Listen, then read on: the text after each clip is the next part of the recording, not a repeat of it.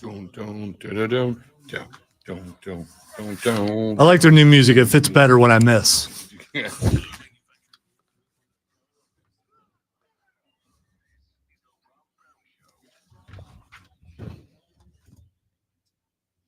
Big Daddy, how you doing? Yeah, baby. It is Wednesday 8.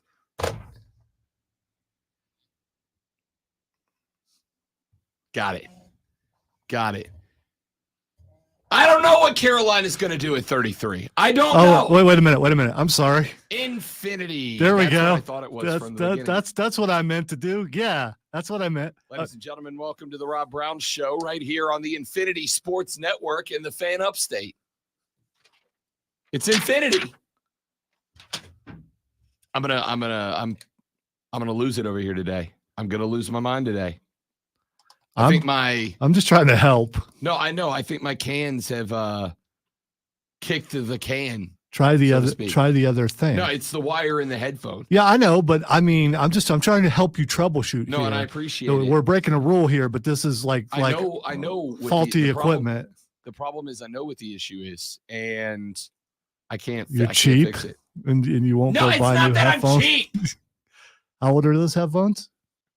I bought them when I got here. Okay, so they look like you 4.5 swiped years. them from your last station. I bought these when I got here. Okay, all right, because those look like the kind that another station would buy, to save money. I'm just saying, spend a little extra cash on your headphones. Yeah, I'm obviously going to today. Hey, we got it. Nope, that went again. Dude, It went again. It's gonna be a very interesting show. I'm sure engineering would love to see, even though those are yours, what you just did to try to make it work. Don't tell me not to slam my headphones into the desk to make them work.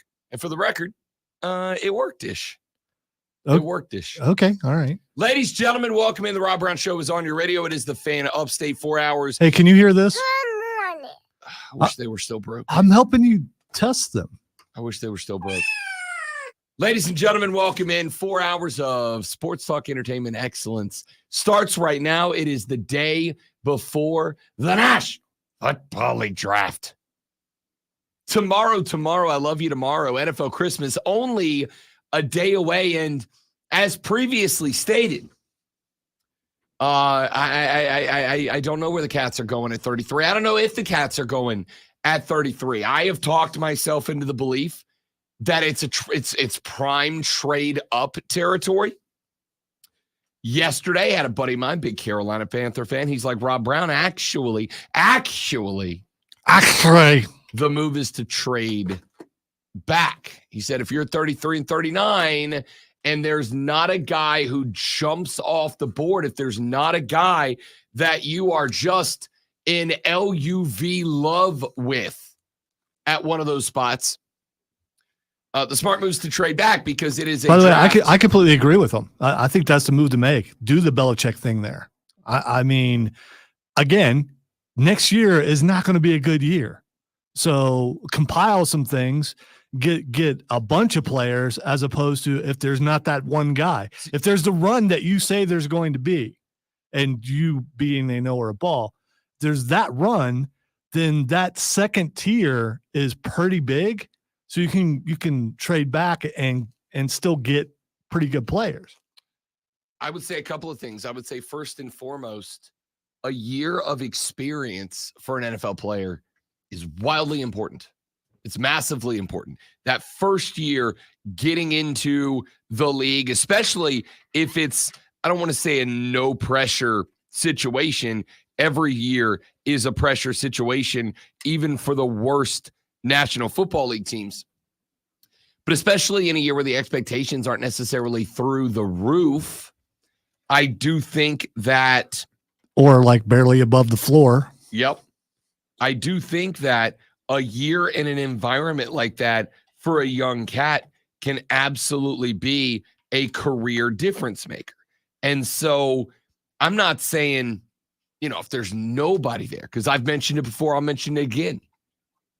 I think there is a wide receiver run that is going to happen in the first round. And I think it's going to happen very early in the first round. The problem is, I don't know that Carolina has enough firepower to be able to get into the first round where that run happens for that A tier of wide receivers, the Malik Neighbors, the Roma Dunzes, the Marvin Harrison Jr.'s.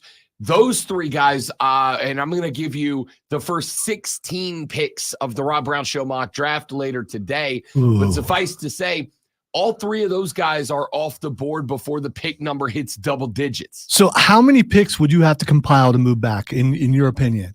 If you can turn 2 into 3, is that good enough? Or if you can turn 2 into 4? Which direction are you asking me to Backwards. go and for who? Backwards. Carolina? Yeah. I number one, it's going to depend on. This is a question that's wildly difficult to answer because it's going to depend on a million variables to set the price. There's a million variables that set the price. You know how if you're talking about a product in a store, you were talking about the price of that product having to cover the manufacturing of it, the design of it, the creation of it, the transportation of it, the marketing of it, and the profit that the company needs to make to put that product in. The NFL is kind of like that, except instead of with draft pick compensation, except instead of looking at marketing and transportation and packaging and design and yada, yada, yada, what I'm looking at is, all right, how many teams actually have the desire to move up?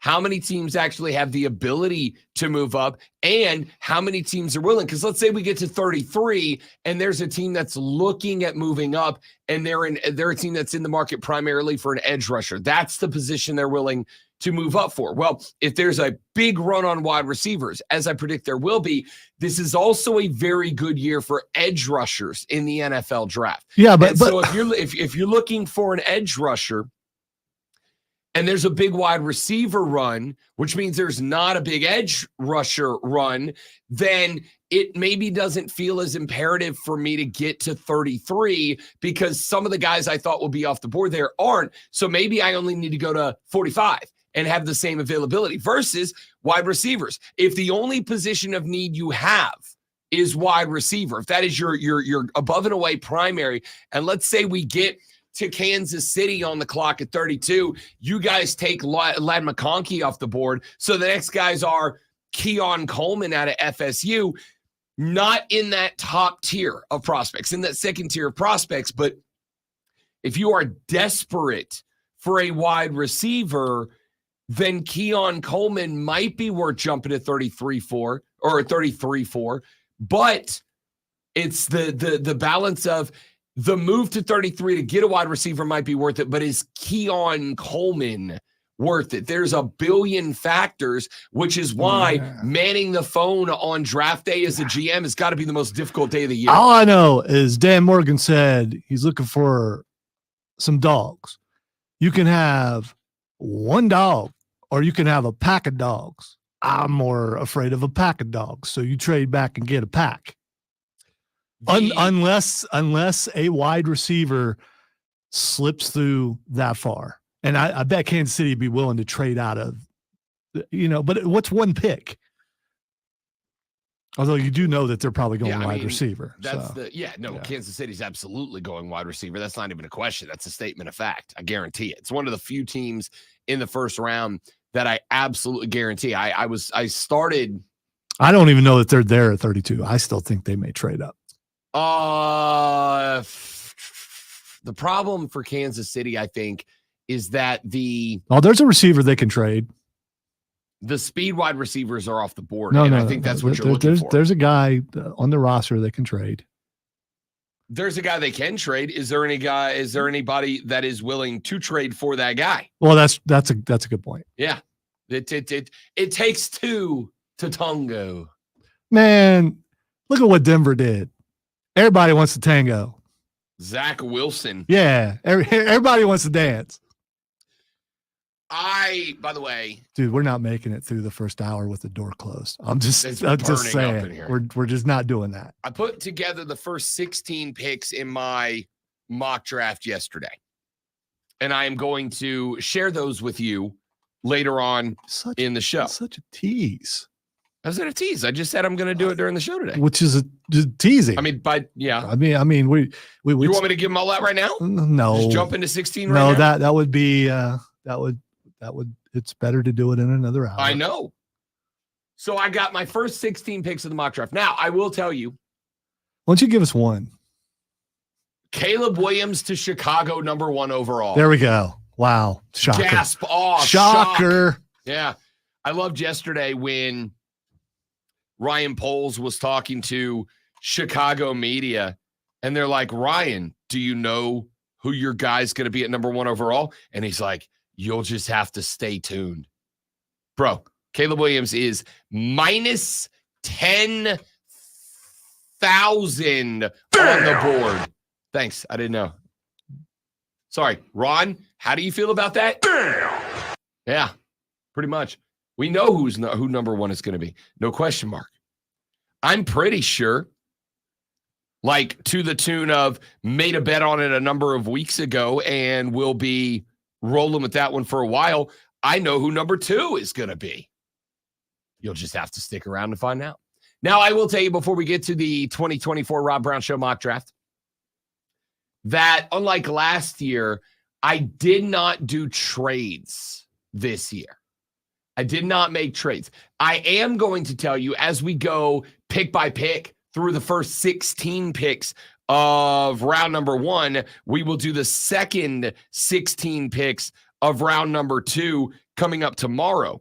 I did not do You mean the second of round 1? Yeah, what I say, second of round 2? Yeah. Second of round 1 tomorrow. We'll do 1 through 16 today. We'll do 17 through 32 tomorrow. I didn't know if the other picks were like behind a paywall. And if you want to find out my other picks, subscribe to my OnlyFans, where I read mock drafts to you in the nude. No, that's not true. I don't have an OnlyFans. I would have to pay money for that. but if you did, it would be. But if I did, I would read mock drafts in the buff. Of course. For sure. For sure. So I went 1 through 16. We are not going to do trades in the mock draft. In years gone by, I have done trades in the mock draft.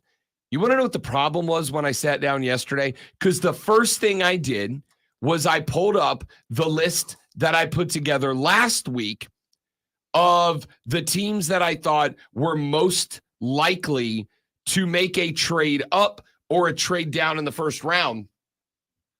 And as I sat yesterday and I started going through those teams again, I realized there are probably 10 to 12 teams in the first round that can move up or move down. And I'm talking starting at number 3 with New England. Number 4, Arizona could make a move. The Jets could make a move. The G-Men could make a move. I came up yesterday with probably around a dozen NFL teams in the first round that could reasonably be, I don't want to say expected, but I would be completely and entirely unsurprised if they traded out of that spot. Completely and entirely unsurprised if they move back or up. Like I said, I think we're getting a trade at number 3. Now, I am sure we're getting a trade at number 4. At this point, I just believe, and I think it's wrong, and I hope that I am wrong. Based on everything I read when I got to number 4 in the mock draft selection process yesterday, the folks out in Arizona believe that Arizona is trading back. And it's not because they don't want Marvin Harrison Jr. They absolutely do. It is more about adopting the Lonzo philosophy of we can have one generational wide receiver, or we can trade back, probably not even outside of the top 20 picks, have access to a pool of wide receivers, and also stock up a healthy mass. Because, you ask, what could Carolina get for number 33? I don't know. You know what I do know? I do know what Arizona can get for number 4 with Marvin Harrison Jr. on the board, or maybe not even for Marvin Harrison Jr. Because if you go QB 1, 2, 3, now all of a sudden, despite the fact that I don't think it is going to happen, and despite the fact that I know it is an over-evaluation, we know how teams panic when they don't believe that they have their quarterback. We know how teams panic when they feel like their back's against the wall. They become wounded animals, and I've got to imagine there is going to be a team that is going to way overvalue J.J. McCarthy. And the next thing you know, even though he absolutely should not, all due respect, somebody jumps up to 4 and takes J.J. McCarthy off the board because he's the last of the top flight quarterbacks. Come on, you like me believe it's going to be, and they should go quarterback here, but wow, J.J. McCarthy's still on the board. Didn't see that coming. I don't know that great. You mentioned Brady Quinn, and there have been other people, I think Aaron Rodgers too, if I recall, who just waited and waited and waited. That's how it should play out moment. All right, Brady Quinn or J.J. McCarthy, which one would you draft? J.J. McCarthy. So I'd go Brady Quinn. I would not, and I'll tell you why. I actually watched. Well, because I'm going to have to, I think their talent may be equal, so I'm picking an Ohio guy or a Michigan guy. So I'm going to go with the Ohio guy. We know that when we're on the air, we don't take our fan caps off. I get it.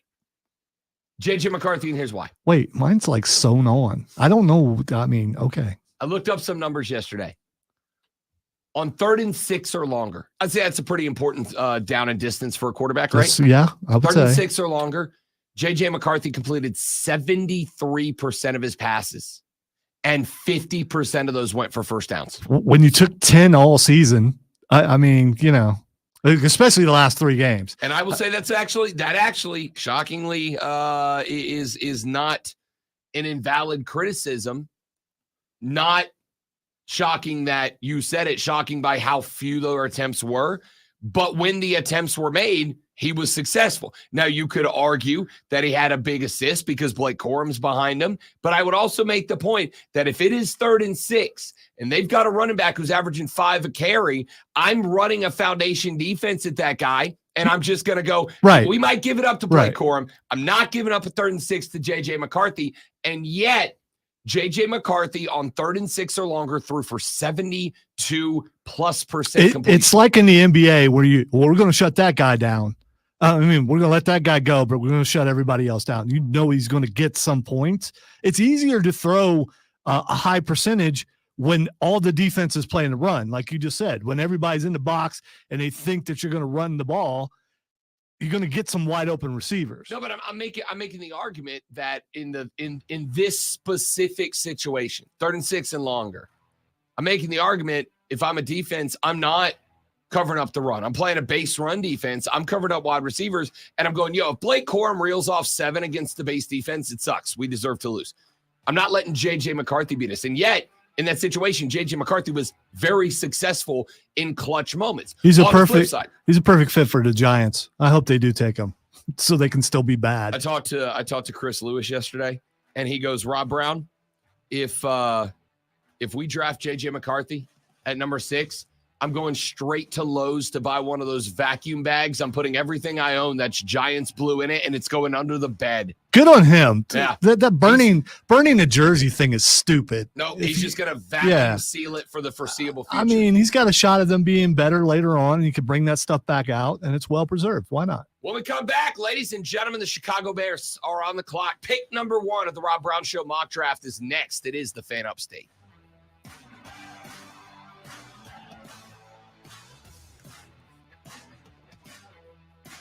What I did not do. Oh, excuse me, 30 seconds, guy. Y'all stay right there.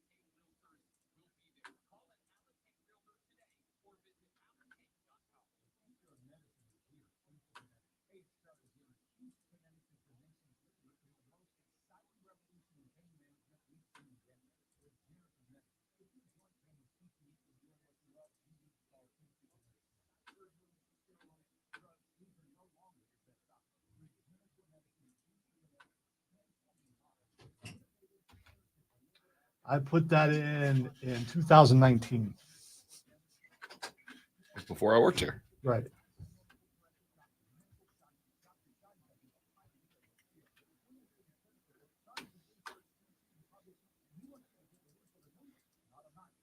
About to be winning some pits up in here because Your pits? Your weenuses and pits? yes, they're getting smoky, sort of. I don't want to say misty. It's yeah. Oh, look at that jacket. That's a Rob Brown jacket right there. That's PK Subban, and yes, it is. Linda Cohn's got like a flesh-colored tank on, and I was like, "Damn, Linda." But I see. What's wrong with your eyes? I mean, it's I'm obvious. looking at the. You are looking at an angle. Okay, all right. Why are you looking at 75-year-old Linda? Well, she's not that old. I bet she's my age though. I bet she is too. She is 65. Oh, she's 10 years older than me. She is, for the record, still one of my favorites on TV. Never was a fan. I love Linda Cohn. She has an arrogant delivery. For the love of elevation. I only like timid people on the air, on radio, and on. I mean, everyone should have the NPR voice. Nothing exciting here. I mean, the open collar too. I do like how they're trying to be a little more. So ESPN has done an NHL Stanley Cup playoff studio show that is a so word I'm looking for. I don't want to say knockoff, but knockoff of the NBA on TNT's basketball show. It's like PK, Mark Messier, and Steve Levy, and they're just super casual and loose while they talk about it. It's a McAfee effect. No, because Inside the NBA on TNT has been that way for. No, I'm talking about the loose shirts and stuff. No, I think that a lot, like Orlovsky's done it. A lot of the young guys go no tie. For the record, I'm big team no tie. I don't understand how draping colored fabric around my neck is somehow fancy. Wow.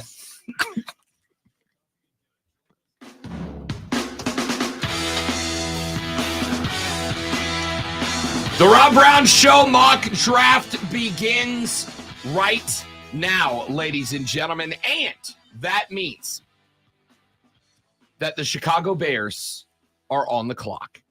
The Chicago Bears, of course, hold the number 1 overall pick in this year's draft. They acquired that pick, of course, from the Carolina Panthers in the trade that gave Carolina the number 1 overall draft pick last year. They used it to select Bryce Young, the quarterback out of Alabama. Chicago jumps to number 1 overall this year.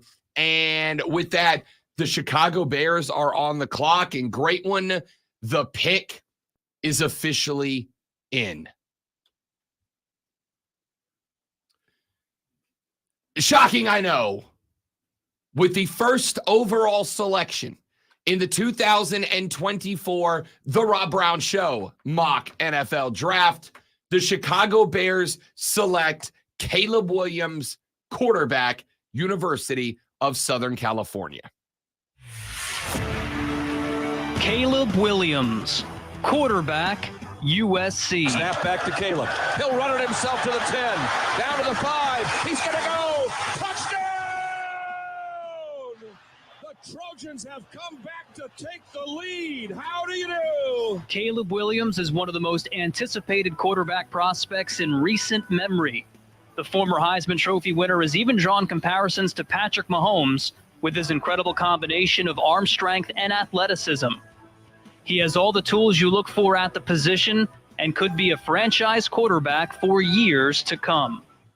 You said this yesterday, and I had never heard anyone say that. Now someone else he's drawn comparison to Patrick Mahomes. No, he hasn't. But like 3 people. He has. It doesn't make the comparisons right. Okay. He has drawn them. All right.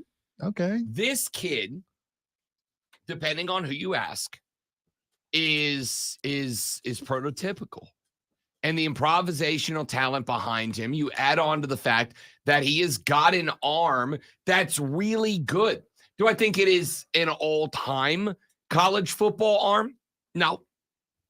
But I don't really think there's a weak spot in where he can throw the ball. He can throw the ball down the field. He's got good mid-range throws. He's got good immediate throws. I'll tell you where there are two things that I get concerned about. The first is Caleb Williams does not have pinpoint accuracy. He's not the most accurate guy. He can get the ball to the area. He can get it there on a rope. He can get it there with finesse, but it's not going to be pinpoint accurate. And I think at the next level, that's going to be what ultimately hurts him a little bit. I would also say the comparisons that he has drawn to Patrick Mahomes, which again, let me be clear, I am not on board with. I'm not. Haven't been, won't be. Stay off of them. For those of you not on the stream on Facebook, YouTube, Twitch, and the X, I am rolling my eyes hard right now. Lonzo, I just watched his eyes go up and then all the way back around. I think he saw his brain. That's how hard he rolled his eyes. It was in there. It was distant, but I saw it. The thing that I think is going to get Caleb Williams in trouble, the reason I do not believe that Caleb Williams is going to be the star that a lot of these draft profiles are attempting to make him out to be, is the fact that I think he leans too much onto the improvisational footwork. You know what he does? He doesn't have to be a big star. He just has to be better than Justin Fields right away. Because if he's not, there's going to be lots of grumblings.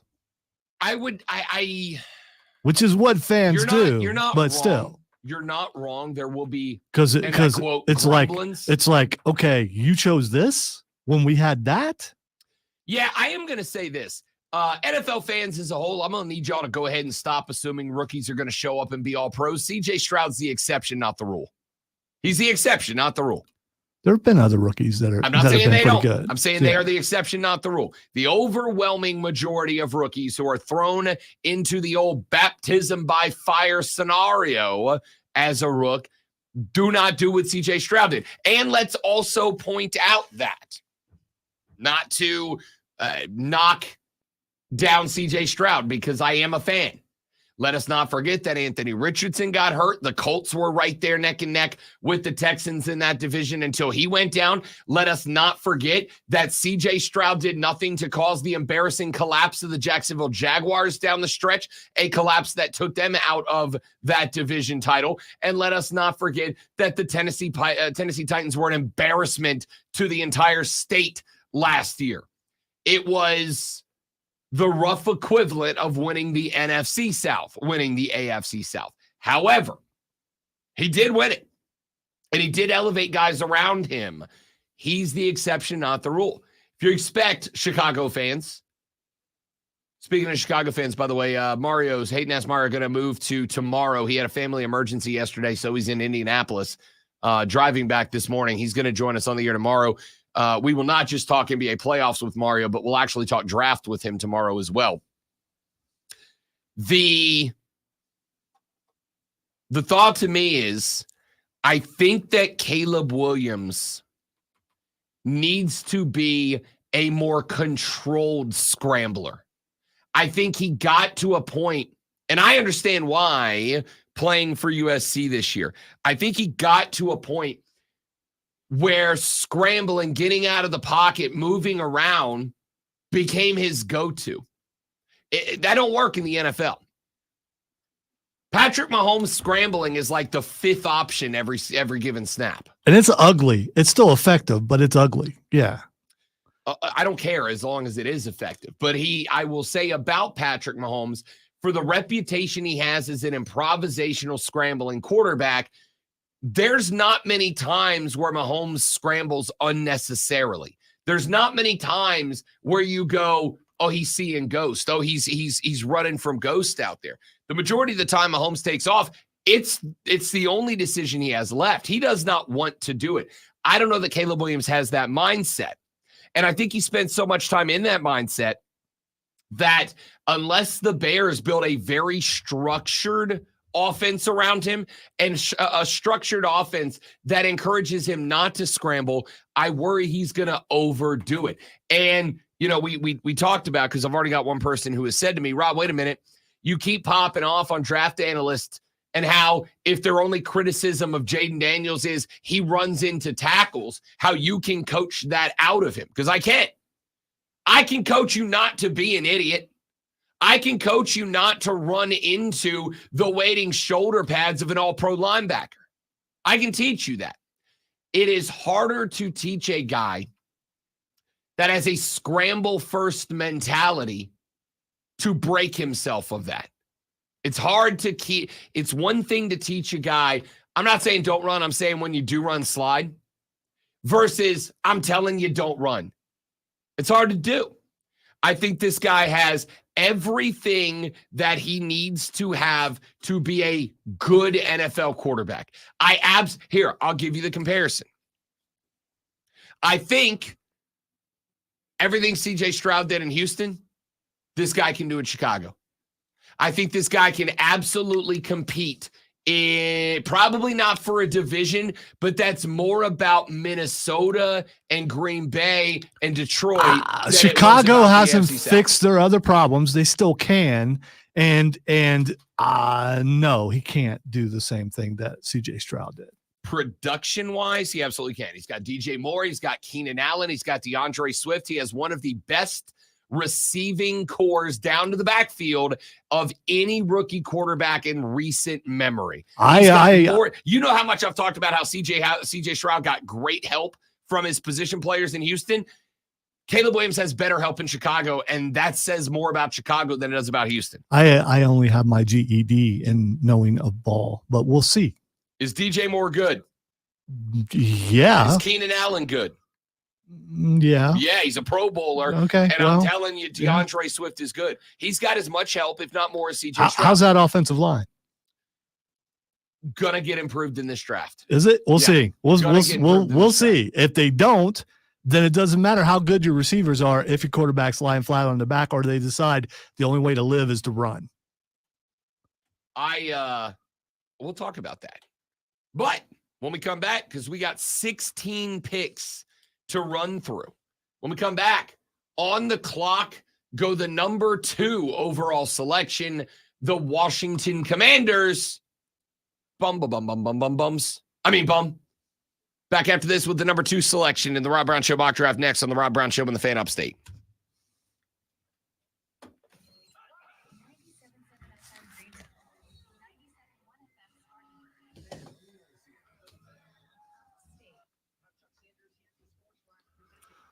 The Chicago Bears last year had the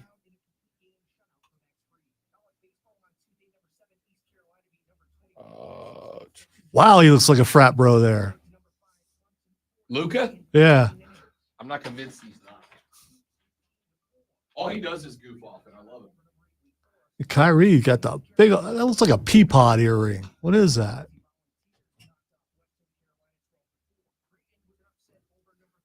Great.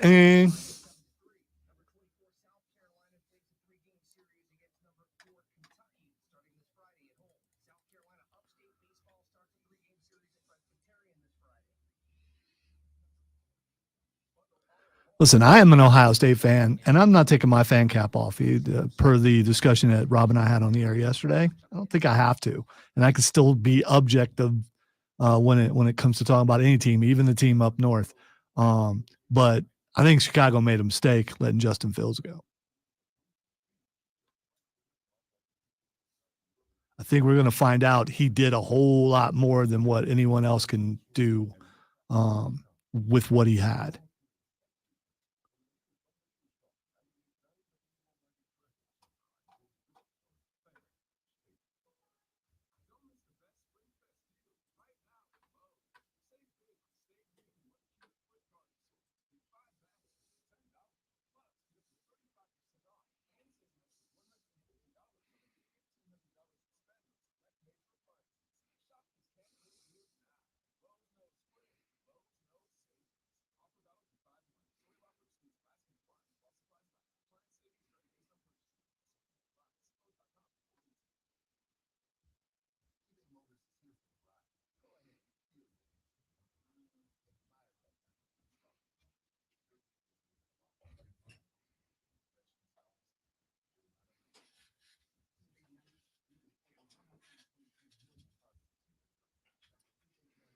Fred the Super Cat, what's up, big dog? Good to have you in, man.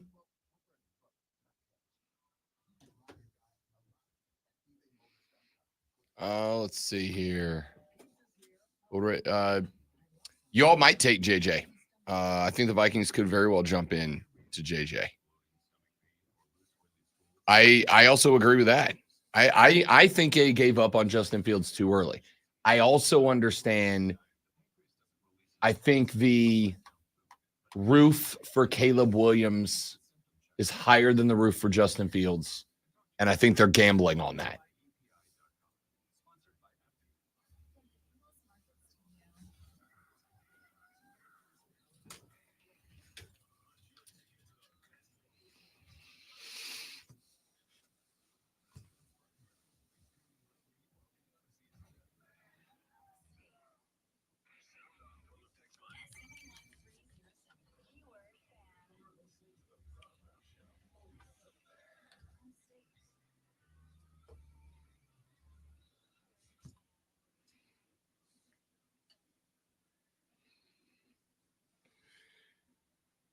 The Chicago Bears with the first overall selection in the 2024 The Rob Brown Show NFL mock draft selected Caleb Williams, the quarterback out of the University of Southern California, which moves the Washington Commanders onto the clock. The Commanders are a team that has got to figure out what to do at a number of different spots. Obviously, they have got themselves a new head coach. They bring in Dan Quinn, the former defensive Cowboy defensive coordinator and former head coach of the Atlanta Falcons. First couple of years under Dan Quinn in the ATL, the Falcons weren't bad, but they hit the cliff very, very quickly in the third year of Dan Quinn. Ended up moving on from Dan Quinn to go with Arthur. That failed miserably. Yada, yada, yada. They've got a bunch of needs. I don't think there is a bigger need for the Washington Commanders than offensive tackle. They are miserable at that position. They also need guard. They need cornerbacks. There's a lot of spots that the Commanders need an upgrade. Ladies and gentlemen, the pick is in.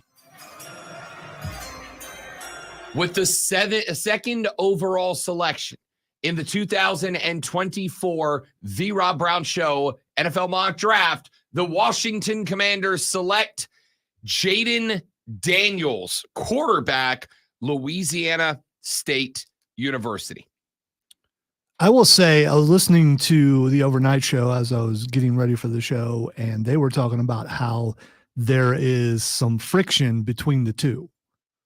That Jayden Daniels' visit with them did not go well, to the point where there's speculation that they might even move out of the pick. That's very interesting. I had not heard that yet.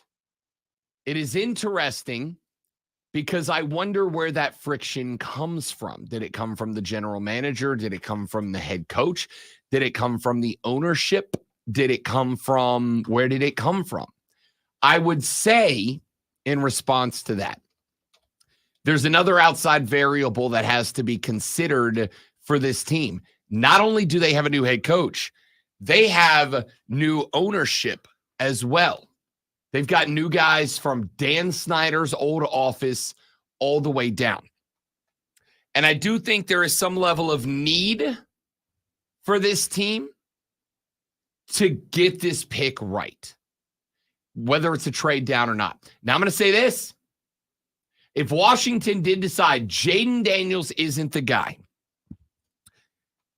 they can get a treasure chest of picks for this selection, because Jayden Daniels is the second best quarterback in this draft. If you ask NFL profilers, I have made the argument and I stand on the argument, Jayden Daniels is the best quarterback in this draft. I think that there's very, very little that Jayden Daniels can't do that Caleb Williams can. And I actually think there are things that Jayden Daniels can do that Caleb Williams can't. Jaden Daniels is much more comfortable staying in the pocket and attacking defensive spots, even through pressure, because he can hit windows. I think that Jaden Daniels is going to end up being a better quarterback than Caleb Williams in the long term. All right. Apparently, there's a thing called Emoji Gate because of something that Jaden Daniels posted that was taken the wrong way. And I'm looking at a Fox Sports story talking about it, and there are several others. Emoji Gate. Yes, because everything has to have a gate on it, including your yard, because you don't want those young kids walking on your lawn. I had saw something about this the other day, and I'm going to be straight up with you, Zoe. I saw the term Emoji Gate, and I was like, nope, not doing it. Not reading that. But now I kind of feel like I have to. Now that it's been brought up here, I kind of feel like I have to. Were rumors, according to Ralph Vacciano from Fox Sports. Hey, Ralphie. Ralphie said that there's a belief amongst some in the league that Jaden Daniels was trying to force himself down in the draft order in order to end up with Minnesota because he believes that he would have more success with the Vikings than the Commanders. I mean, he's going to have a better position group with the Vikings than the Commanders. I'm not going to argue that. But is this not like peak off-season stuff right here? Emoji. I don't know. Much like unfollowing a team, social media has become such a big part of everything now. There may be a little more smoke to it. Apparently, Jaden Daniels made some sort of post where he threw an emoji up that people thought was maybe a little bit disrespectful to the Commanders. I saw that. I ignored it. I don't care. I don't think there's a world in which the Commanders are going to pass up on the guy who is very clearly, at the worst, the second best quarterback in the NFL draft because he put a thinking emoji on a social media post. I'm not trying to get you to rethink your pick because we talk year after year about the smoke screen and everything that goes up. But to what end? I mean, why would this be made public by other teams to make it look like? I mean, unless they would be willing to trade out of the pick. That's why. I mean, that's the only thing. The thought is there's no player in any draft that I can't come up with a price of draft picks that I'm willing to risk that player turning into an all-timer in return for X amount of draft picks. There's just not. Ricky Williams, even before he got to New Orleans, was less valuable, even if he turned into an all-pro, than the amount of picks that Mike Ditka gave up to get that guy that year. The joke about Mike Ditka being a joke in New Orleans was never about Ricky Williams, because Ricky Williams actually was a fine running back. He was fine. I don't mean fine like that's a fine run. I mean he was fine. You don't mean like, oh, he fine. He fine. No, I mean like he was fine. He was fine. It was the fact that there was no running back that was worth the freaking Brinks truck of draft picks that Mike Ditka gave away to move up into that slot. Ditka did look good with the dreads, though. I thought that was a good look. Hilarious SI cover. Still not worth the picks, right? So for Washington, the question mark is effectively, where do you value the upside of Jaden Daniels versus the picks you can get? And if there is a belief floating around the league right now that the Commanders have some sort of beef with Jaden Daniels, what does that inspire GMs to do? Or that Jaden Daniels has beef with them and doesn't want to go there. Absolutely. And that, I mean, there's speculation he posted what he posted, hoping that they pass on him so he can go somewhere else. Absolutely. Either way. And by the way, if I'm the Washington Commanders, cool. Let people believe that, right? Hashtag smokescreen season. Let people believe that, because what that's going to do is create a spot where all of a sudden Minnesota's GM is on the phone. The New York Giants GM is on the phone. There's a list, a litany of NFL teams that are interested in a quarterback, but don't believe they're in a spot to get one. And if they go, all right, Washington cannot draft Jaden Williams there. They cannot draft this guy. They've got to back out of that pick. Then Jaden Daniels. And we also know that there's going to be a bunch of teams competing. What you want, as you do in any negotiations, is you want that team to start as close to where you want them to end up as possible. You want their negotiating start to be way shifted towards what you think is acceptable, as like a minimum acceptable price. Because the closer they are to you, the more you can drag them over. So if I can already have them in thinking that this is the guy, or for us, I guess in this case, it isn't the guy. And I also have the rest of the league believing that they've got a chance because, all right, Washington is absolutely trading out of that. And we know that there's a lot of teams that are going to fall head over heels for Jaden Daniels. We got to make a stellar offer here. But it's a quarterback. I don't feel the same if Jaden Daniels is off the board. I don't feel the same if this is the race for Marvin Harrison Jr. or Malik Neighbors or John Brooks or Joe Alt or whoever else. But it's a quarterback race. It is a quarterback race.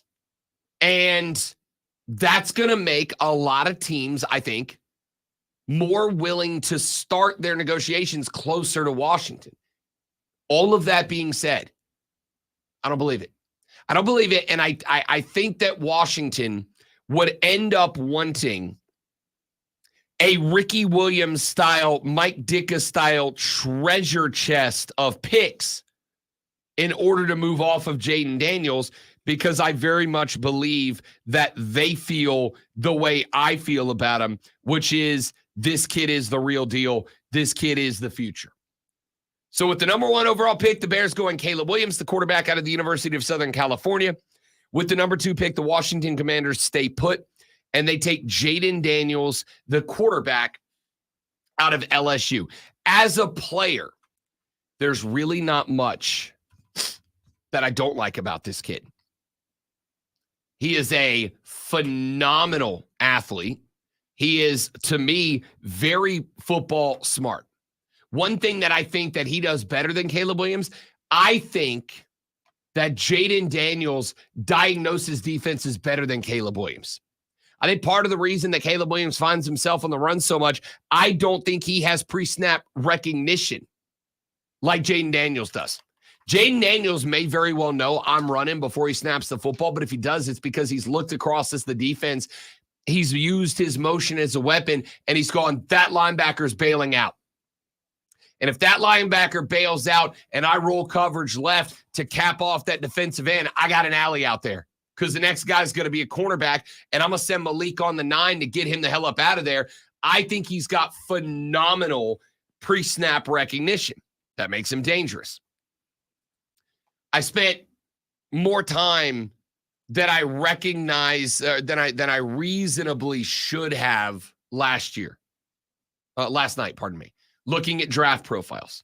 Let me read you the compiled 5 points that I found that are critiques of Jaden Daniels' game that were most common from profile to profile. That he's got a slender frame, which leads to durability concerns. That's fair. That's fair. Yeah, but I think you would think college would have helped him put on some weight. It did, and you will also, I think, see the guy when he gets to the NFL, and he's got tens of millions of dollars riding on it, potentially hundreds. I think my guy can bulk up. But even if he doesn't, durability concerns, yes. I'm also looking at other guys around the league that have that same frame, and they're fine. Am I worried if he's taking too much pressure? Yes. I think, as I mentioned, Washington's needs include both offensive tackle and guard. If I'm Washington, I'm drafting Jaden, and every pick the rest of the way is every one of them's going to the offensive line. Every single one of them. The second most common critique is that he does not have the zip on the football that Caleb Williams has. This is the only fault that I find in Jaden Daniels' game. He can put a ball on a rope on an out route, but it's not as strongly thrown of a football as Caleb Williams is. That's the one fault that's to me, an actual football fault that I agree with. He runs into tackles. I agree with that. But again, I can coach a kid out of being a dumbass.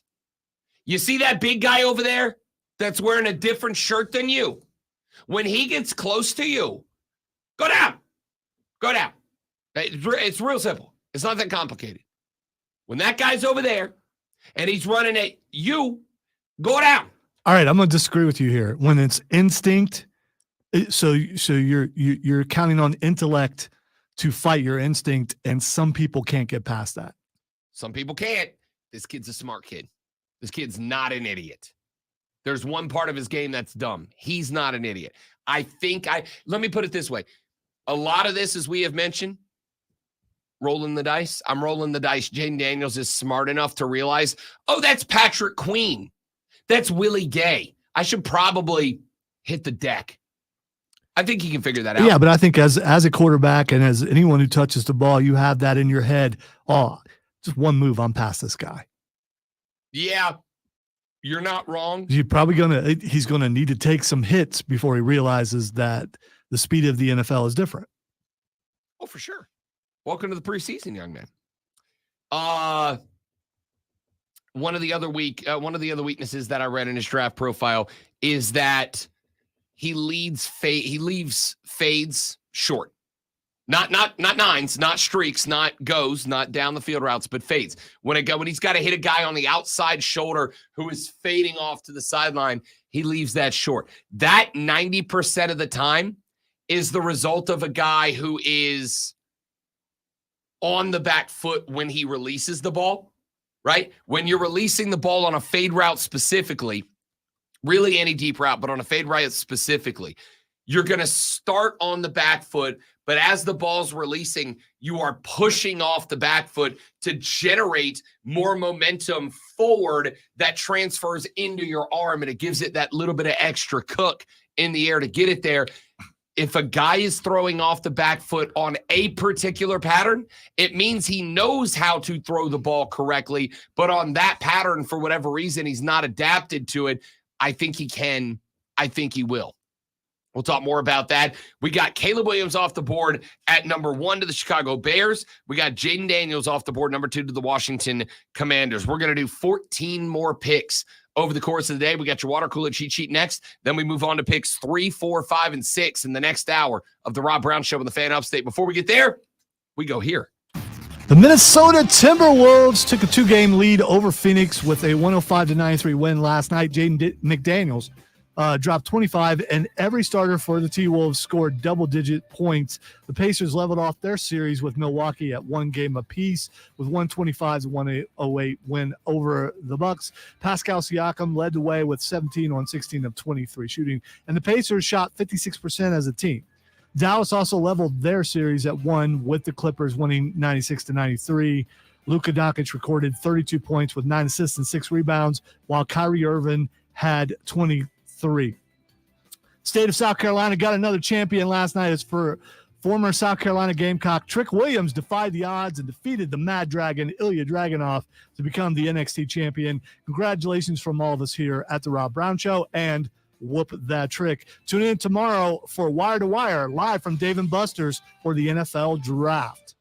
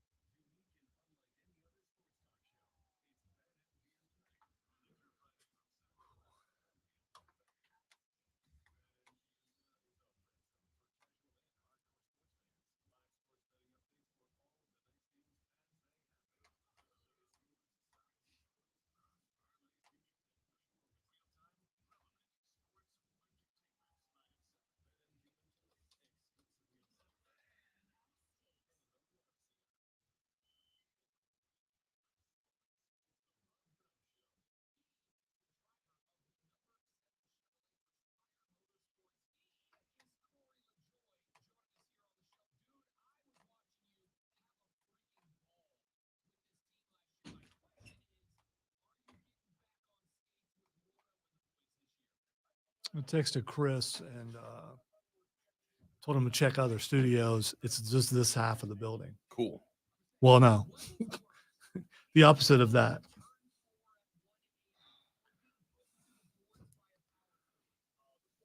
The underwear is almost where it's very uncomfortable. Yeah, I'm sweating a little bit now. Yeah.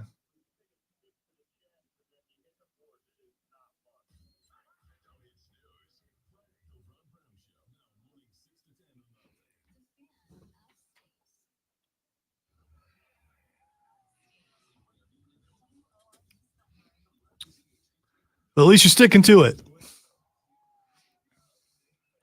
Yeah, I wonder if anyone noticed what I did, Trey. I hope so.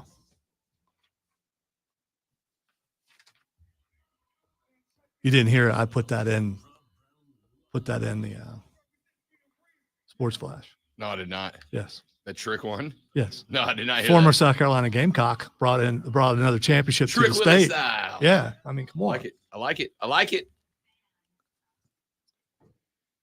Hour number 2 of the Rob Brown Radio program starts right now. Ladies and gentlemen, welcome back. It is the Fan Upstate. Robin the Great One, Lonzo with you here on a Wednesday morning. It is NFL Draft Eve morning, dudes and dudettes. Tomorrow night, it's NFL Christmas. And I would like to take just a moment out of your very busy morning to remind you right now that tomorrow, live at Dave & Buster's in Greenville, South Carolina, Wire to Wire with Diesel and Cole Bryson will be live from 3 to 7 p.m.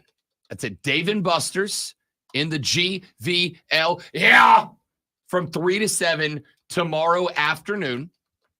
And joining them on the show from 5 to 7 p.m. is everybody's favorite, sexiest, beast modiest NFL draft analyst of all, me. Beast Modius? Yeah. Is that like Latin? Yeah, well, it's like beast mode, but I'm the beast modiest. You know, of all the beast modes. Tomorrow's one of the days on the calendar that we look forward to the most. I love the draft. So if you're looking for a place to watch the draft, come out to Dave & Buster's and admire Diesel's beard. I mean, you're going to notice it when you walk through the door. It's an amazing thing.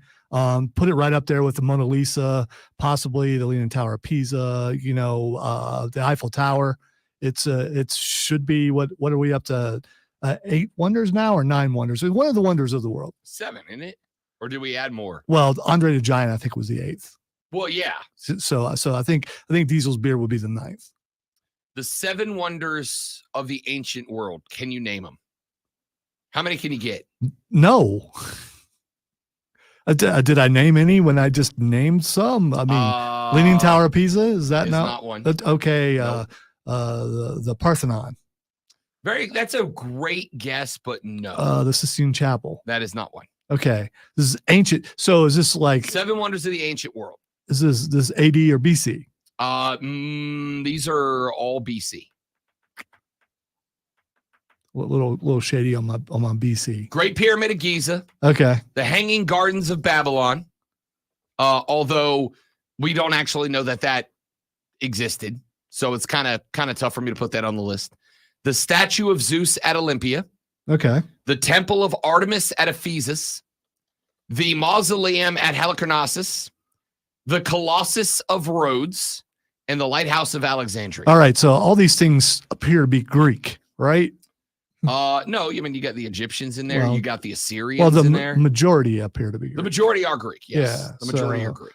Who wrote history at the time because, Ooh, there's a Wikipedia article for 8th wonder of the world. These are all things that folks have tried to get added to the list. Yeah, but they're all wrong. It was Andre the Giant. Yeah, I agree.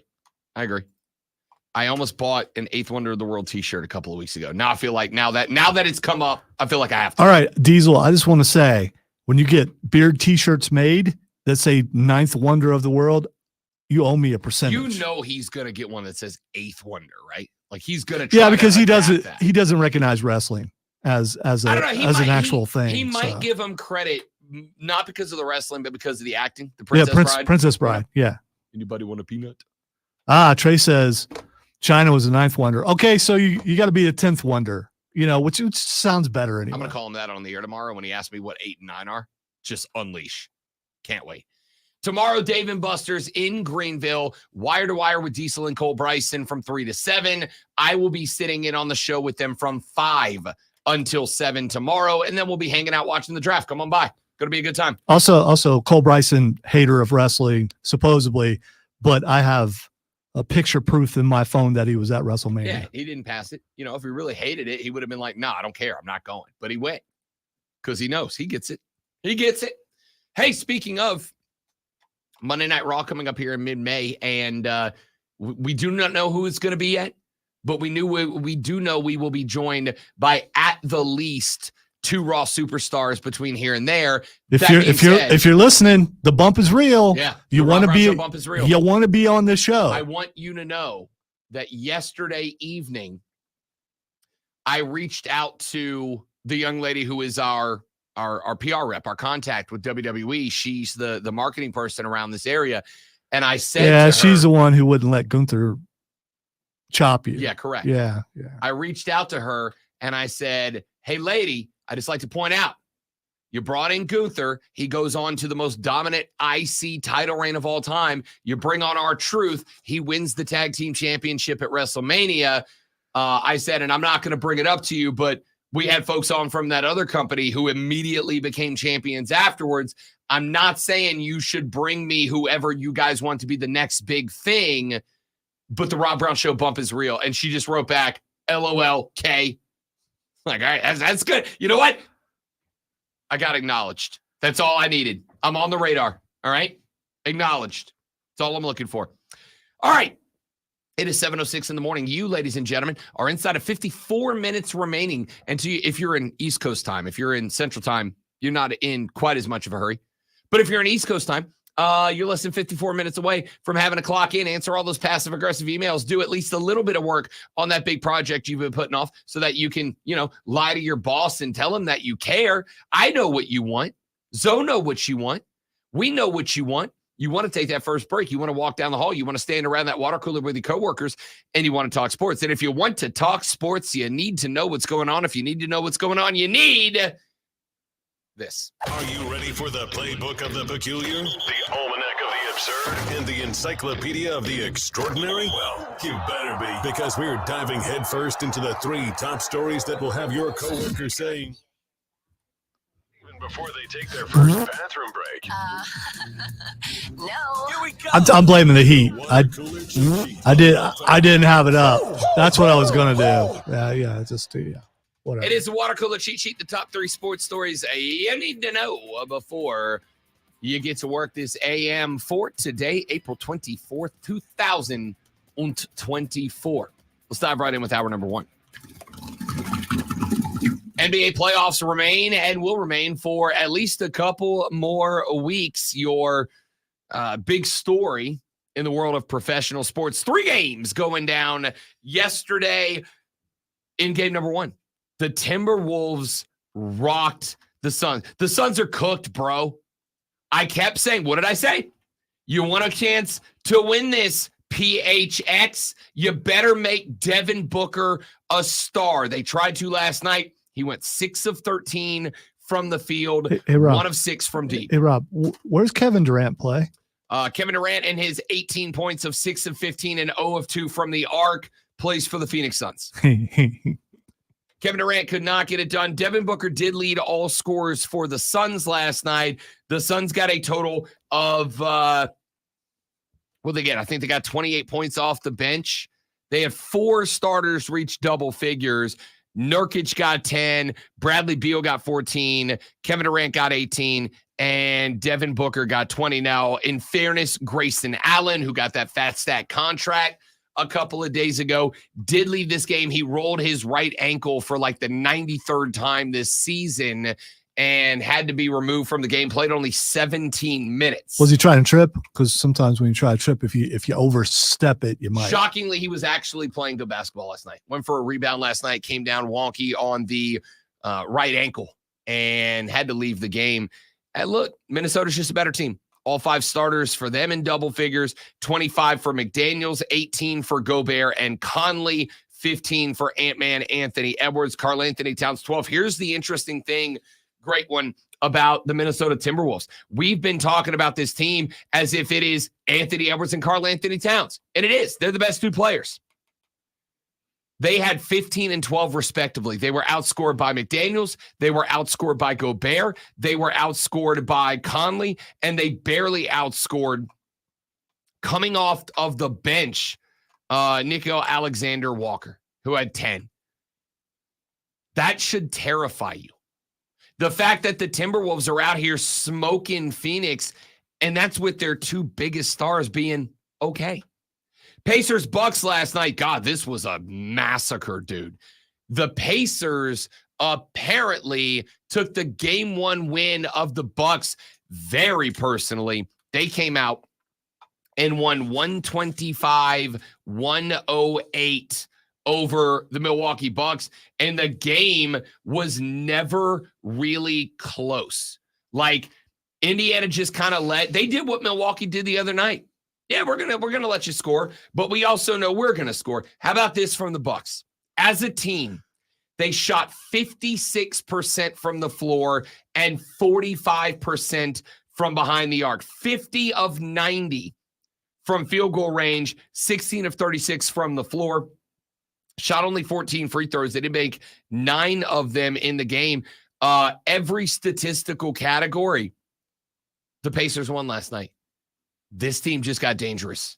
That series is now level at a game apiece. And in the last game last night, a game that I just did not have it in me to stay up and watch, and I wished I would have now because it was apparently the most competitive game on the docket. The Dallas Mavericks have drawn their first round series against the LA Clippers, even with a 96-93 win. I don't know if you've heard this before, but that Luka Doncic kid, pretty good at basketball. 32 points on 11 of 26 from the floor. The Mavs shot 42% from both the field and from 3 last night. They got 23 out of Kyrie Irving and 18 out of PJ Washington. On the flip side, the Clippers went back to being the Clippers. 22 from George and Harden. Not a whole heck of a lot else from anybody else. Kawhi got 15, 13 from Zubac, and that was it. They shot 37, less than 37% from the floor. They went 8 of 30 from deep. Good for 26.7%, 21 of 26 from the stripe. The Mavs made it look easy last night. A 96-93 game. That team should have won by 25 points. That team got enough out of Luka to juice a win. And I'm going to say this, that series does not feel over to me at all. It doesn't. The fact that the Clippers shot, 44% and 20-something% from 3, and yet lost this game by 3. They're still very much alive. That series has got a chance to be very competitive. We continue this evening and wrap up our game 2s in the East and the West tonight. We have got opening up Miami at Boston, game number 2, New Orleans at Oklahoma City, game number 2. We do have a couple of series now, as last night 2 road teams got the first 2 road W's of the playoffs. Let's very quickly run through items number 2 and number 3. Caitlin Clark, once again making history. She was awarded last night the Sullivan Award. That award goes to the best Olympic or collegiate athlete in America. It honors not just excellence on the field of competition, but also leadership, et cetera, off of it. That's not notable. What's notable is Caitlin Clark just became the first ever two-time a winner of the Sullivan Award. Caitlin Clark still out there making history. And finally, item number 3, your NHL Stanley Cup playoffs last night. 4 games, and the series are competitive or not. The Rangers get the Capitals 4-3 last night. They end up putting DC down in a 2-0 hole. The Panthers win the best hockey game I have watched all year, a 3-2 overtime win over the Tampa Bay Lightning. Verhaeghe gets the OT game winner less than 3 minutes into the extra frame. The Avalanche found themselves down 1-0 early, then down 2-1 late, and then scored 4 consecutive to end the game. Colorado ties the series with Winnipeg, a 5-2 dub last night. And finally, late into the evening, our Nashville Predators, the 4-win win over the Canucks last night. Forsberg was brilliant in this game. The Canucks now tied up with the Preds. That series all square at 1-1. There's your water cooler cheat sheet. When we come back, we have made our first 2 selections. Caleb Williams to the Bears, Jaden Daniels to the Commanders. We move on to picks 3 and 4. The New England Patriots are on the clock in the 2024 Rob Brown Show mock draft. That continues next on the Rob Brown Show in the Fan Upstate. QC. All right, guys, one cool live read, and we're coming right back. Y'all stay right there.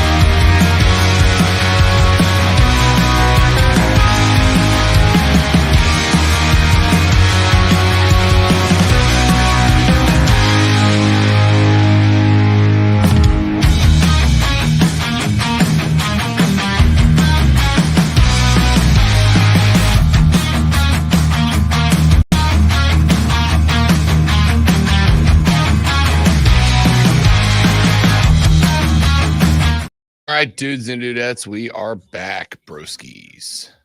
Thanks for being here, y'all. Appreciate it. I don't know why being hot saps me of my energy, but it does, dude.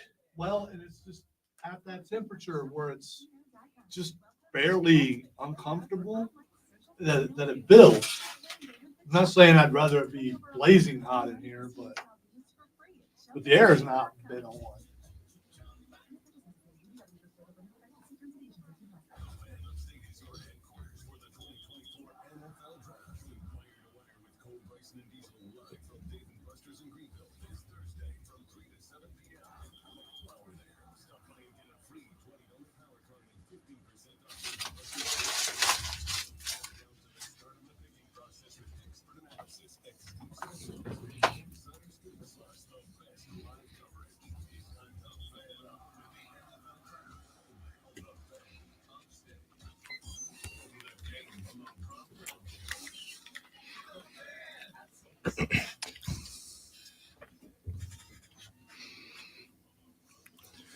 The first two picks of the Rob Brown Show mock draft are in.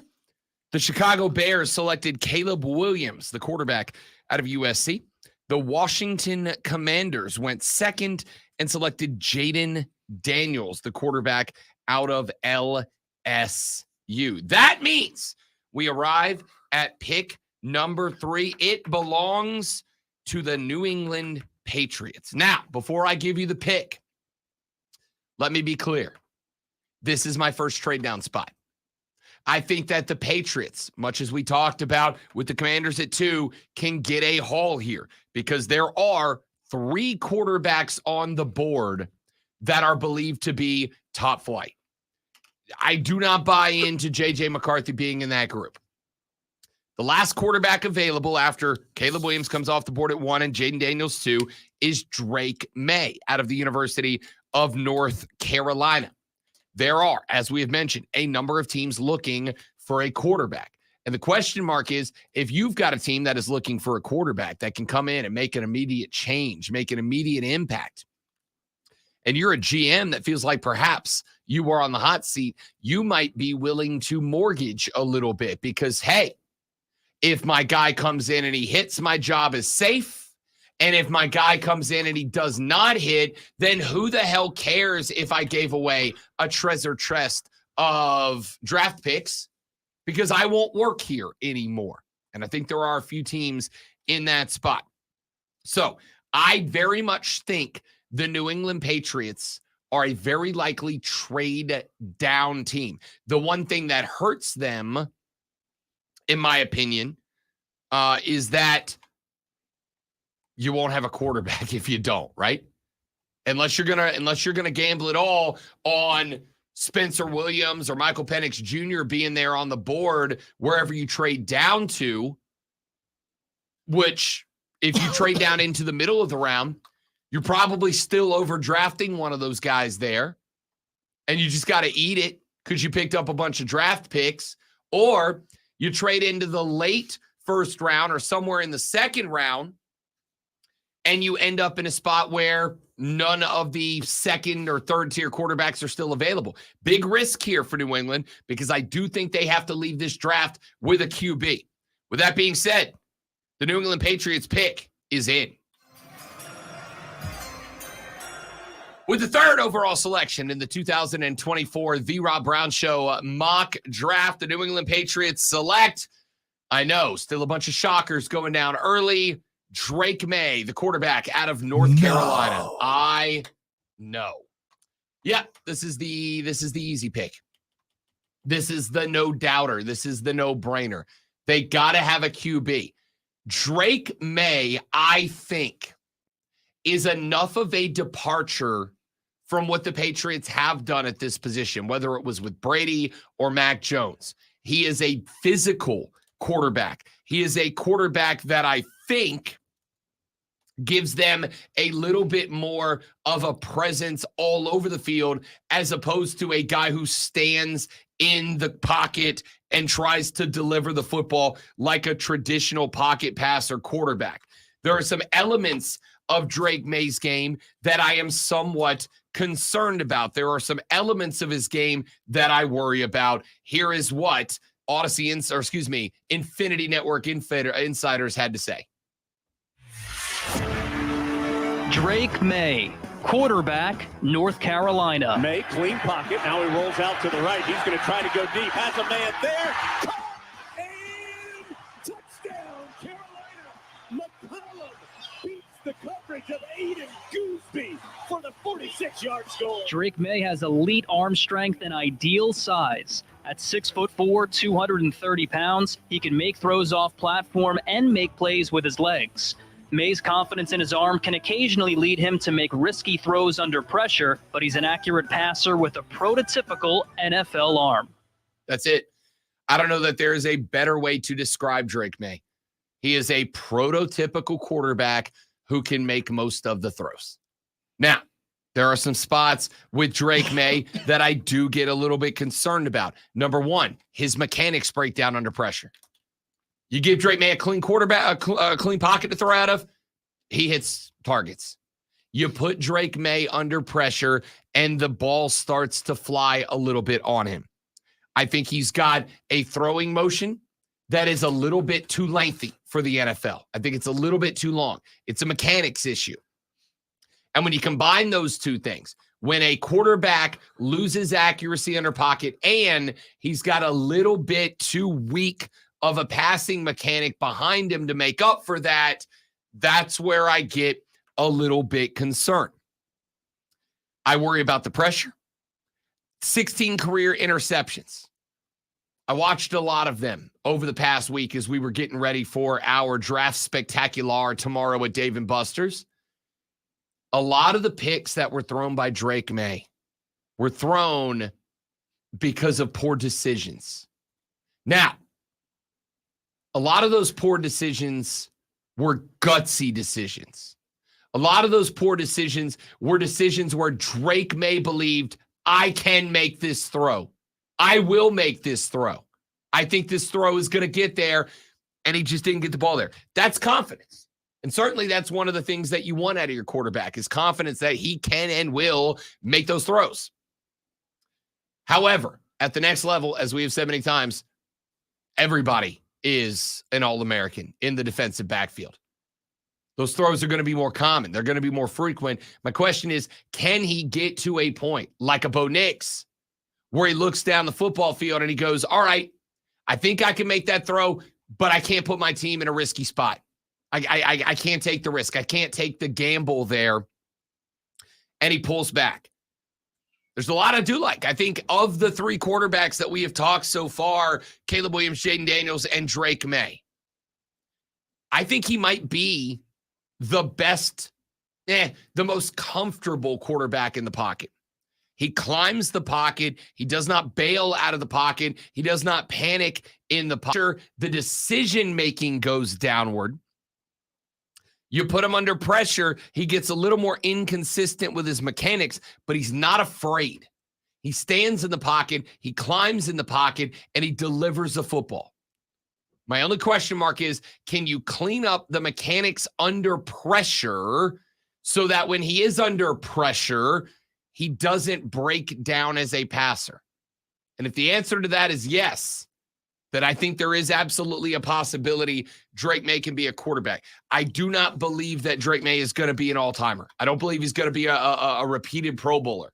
But I will say, great one. If you asked me for a player comparison for Drake May, the best answer I can come up with is Josh Allen. That's the vibe he gives. A lot of the similar characteristics in terms of his draft profile. Similar style game to me, reminds me of Josh Allen. And you will remember when Josh Allen got drafted, he got drafted behind Josh Rosen. Why? Because of the exact same draft profile. Concerned about his mechanics, concerned about his ability to maintain composure under pressure. And I'd say he's done just fine. We move on to pick number 4. The Arizona Cardinals sit at number 4. This is the number 1 most likely trade down spot in the entire first round of the NFL draft. This is a team that can get a haul. I do not think it is as lucrative as everybody else makes it out to be, because I do not believe that the NFL is as in on J.J. McCarthy. I know we keep hitting on this. He's the variable that makes the valuation on these early picks what they are. I still think there is a guy sitting there at number 4 that makes this spot very, very valuable to the Cardinals. And I do think the Cardinals are enough in a rebuild that they will have to take the value over the potential player. At number 4, the pick is in. With the 4th overall selection in the 2024 The Rob Brown Show mock draft, the Arizona Cardinals select Marvin Harrison Jr., wide receiver, Ohio State. Marvin Harrison Jr., wide receiver, Ohio State. Quarterback to throw. Looks, fires into the end zone. Caught Harrison, touchdown. There it is. 17-yard score. Kyle McCord to Marvin Harrison. The high school teammates hook up for the TD. The son of an NFL Hall of Famer, Marvin Harrison Jr. tormented defenses in his time at Ohio State. He won the Fred Biletnikoff Award last season after compiling over 1,200 yards and 14 touchdowns. He has good size, outstanding hands, elite speed, and is an excellent route runner. In terms of prospects, he's as can't miss as they get. Marvin Harrison Jr., again, very, very little room for critique here. I do have a couple. I got a couple of things he can clean up. I think the first thing is Marvin Harrison Jr. is slow off of press coverage. That is something he is going to face regularly at the next level, especially considering he's going to be the best receiver in the room when he gets to the Arizona Cardinals, if that's where he goes. Honestly, he's going to be the best receiver in the room wherever he goes, because nobody's going to be willing to trade away the number of picks you would have to trade to Arizona to get to 4, unless you are desperate, in which case he will be the best receiver in the room. He is going to see a ton of press coverage, and he's a little slow to break a press coverage, get to the outside, and make something happen. There's one more thing that I get concerned about. Those little grabs, those little, you know how defensive backs, when a guy's breaking into or out of a route, they're not going to hold, but you know how they might just put a hand on a shoulder pad. They might try to turn. You're trying to get they are holding, but go ahead. You try to get as a wide receiver, your hip sunk. That is elementary level wide receiver. When you are about to change a route, cut inside, outside, fade inside, outside, the first thing that turns is your hips. You sink the hips down to the ground. That lowers the center of gravity. The closer your center of gravity is to the ground, the easier it is for you to turn. I want you to think about in terms of a car. When you look at, for instance, NASCAR stock cars, what do they try to do? Those cars are low to the ground. The fenders, the bumpers, the side panels on those cars are on the ground. Why? Because the lower the center of gravity, the easier it is to take forward momentum and bend it in a different direction. Marvin Harrison Jr. runs great routes. The problem that I have is when he is trying to get to that cut, defensive backs can hit him. And I'm not talking about a hold. I'm talking about just pop the shoulder pad, and it disrupts his body flow. He's going to have to learn how to work through that contact, because when you get to a point that your routes are being disrupted, you throw off the ability to create that timing with the quarterback. It is honestly maybe the only critique I have. There's one more that I can coach out of him. One of the things that I think he does in those change of direction routes, right? Crossing pattern, corner route, whatever. He tends to stutter step when he's going to change direction, even on a flow route. When I say flow, I mean like a corner route, where you should not stutter step if you're going to diagonal off your route, whether it's to the goal post or to the out corner or whatever. Stutter steps are when you are doing a 90-degree or greater angle back to the quarterback. That's where you're going to sink those hips, stutter step, get the hips turned, the shoulders follow, and you release. The problem is when he is getting down the field, if he's got a defender in his pocket, he tends to stutter step before he runs a flow route, and that's got to go by the next level. That is honestly the only critiques that I have about Marvin Harrison Jr. I feel bad for him, and I think I don't think it's abnormal to feel bad for certain players who are great in college, knowing that they're going to go to a bad team. He's going to I'm looking forward to a second contract because he's going to a place where he's probably not going to thrive too much because of the quarterback. And because with all the hype that the quarterback got, they don't win very much, and I don't think he gets the ball that much. I think he's the best option they have. I mean, well, no, absolutely, he will be the best option they have. It just depends on if the diminutive one will have time to throw it to him or will decide to run with that phone.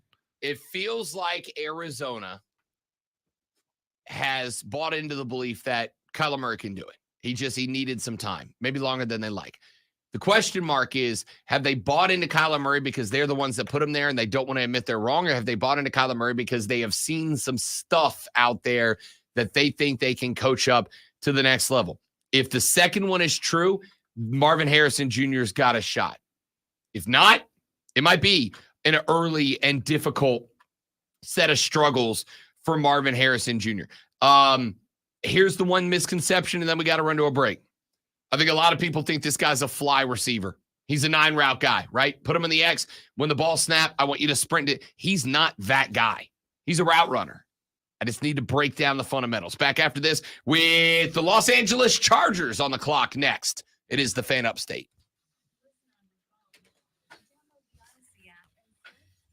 I'm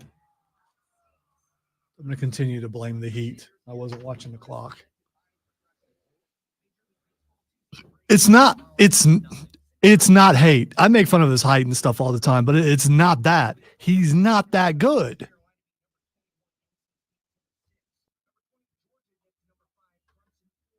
And how many complete seasons does he have?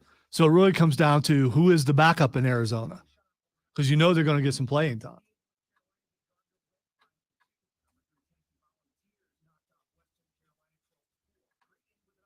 Right now,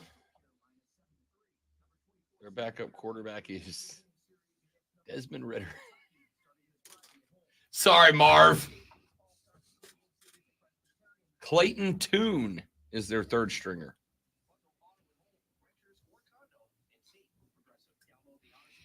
I mean, in the end, you shouldn't feel too sorry for these guys. They are going to get paid a bunch. But at the same time, if you want to see them thrive and be in the league for a really long time, I mean, honor system, I will give anybody $1 that can name me one of the 3 starting Arizona Cardinals wide receivers right now.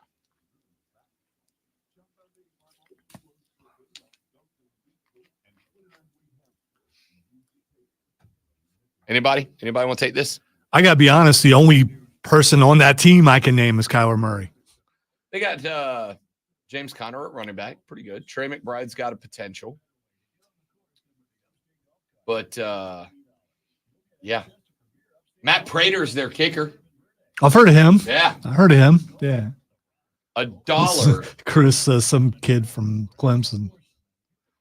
No, that was Hopkins. He's gone. Unless there's another Clemson guy there. Your starters right now are Michael Wilson out of Stanford, Chris Moore out of Cincinnati, and Greg Dortch out of Wake Forest. Actually, I've heard of Dortch. I've heard of Dortch, yeah. Potential. Yeah. That kid's got potential. He was in Carolina for like a month last year. Nah, I guess not really. He's been in the league since 2019. Like I said, I've heard of him. Never really worked out. I've never heard of him being really good, but I've heard of him.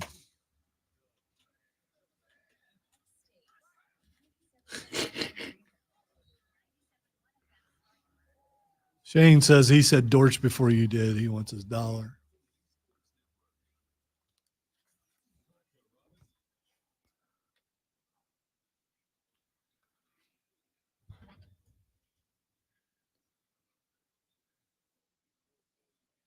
Before we get to the LA Superchargers, we played a fun little game during the break there. Quick honor system.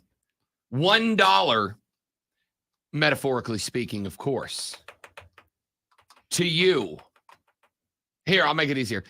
5 Rob Brown Show points to you if you can name an Arizona Cardinal wide receiver right now without looking it up. I asked Lonzo. I asked the 103 people that are currently watching our stream at facebook.com/thefanupstate, twitter.com/thefanupstate, the Fan Upstate on YouTube, or the Rob Brown Show on Twitch. So I asked 104 people directly during the break. Name me an Arizona Cardinal wide receiver right now that's on the team right now today. And one guy got one wide receiver. One dude got one wide receiver. Shane popped in and got Greg Dortch. And that was it. That was it. Marvin Harris. The more I thought about it during the break, so, you know, I've been sitting here saying like, oh, Arizona's the definite trade back spot. Now that I look at the depth chart, I don't know if they are, dude. I think they've got to get a Marvin Harrison Jr. here. Yeah. Otherwise, they're screwed. If you're going to stick with Kyler Murray and you believe in him, or even if you're not, yeah, with the guys they have, you got to go Harrison Jr. I think you have to. Which brings us now, ladies and gentlemen. Unless a team ahead of them decides to take him and doesn't take a quarterback. Ain't happening. 0% chance. 0.001% chance. Washington goes, you know what? We want that receiver. That Washington New England goes, you know what? We want that receiver. No chance. Both of those teams. Listen, having a great wide receiver means not jack all if you've got no quarterback. I mean, it means nothing if you've got no quarterback. I would say that's Arizona. You would. Arizona wouldn't say that. Oh, I know. Obviously, making the decision. Obviously, they're surrounding them with winners, though, aren't they? Isn't that kind of a point in Kyler Murray's favor, though? I mean, like the best wide receivers in Arizona. I know we're losing, but it's because of No, that's what I'm saying. Like, this feels like one of those things. I know you and I butted heads on this many times because, like, you look at a quarterback, and my argument is there's 100 other factors that impact the quarterback's ability to succeed or fail. I can't look at him because I've seen guys who do more with less, and then you see guys who do less with more, and then you see guys who just can't handle whatever situation they're in. Again, and I know I've made kind of the same argument with Justin Fields, right? Like I blame it on Chicago the last couple of years, but I think that the opposite end of that can be true, which is he hasn't really gotten anything to work with in Arizona outside of having one guy. There's always been the Fitzgerald or the Nuke or whoever, but it's always one guy. It's not like they built anything. Their wide receivers right now in Arizona are Michael Wilson, Chris Moore, and Greg Dortch. Who you leaning on, bro? The more I think about it, the more I think Arizona may have to stay at 4 and take Marvin Harrison Jr. Which brings us, ladies and gentlemen, to pick number 5 on the clock now. Jim Harbaugh and his LA Superchargers. They got their quarterback. They're leaning. They're riding with Justin Herbert. Now, there's the outside shock of shock picks where Jim Harbaugh decides draft number 1, I'm blowing the whole damn thing up. And he goes and he drafts J.J. McCarthy, his quarterback in college, to be his quarterback in the National Football League. I'm going to say that if I am the general manager and Jim Harbaugh comes to me and goes, hey, man, you know what I'd really like? I'd like to bring my guy. I'd like to bring J.J. McCarthy here. I would look Jim deep in his eyes and I would say, No, God, please, no.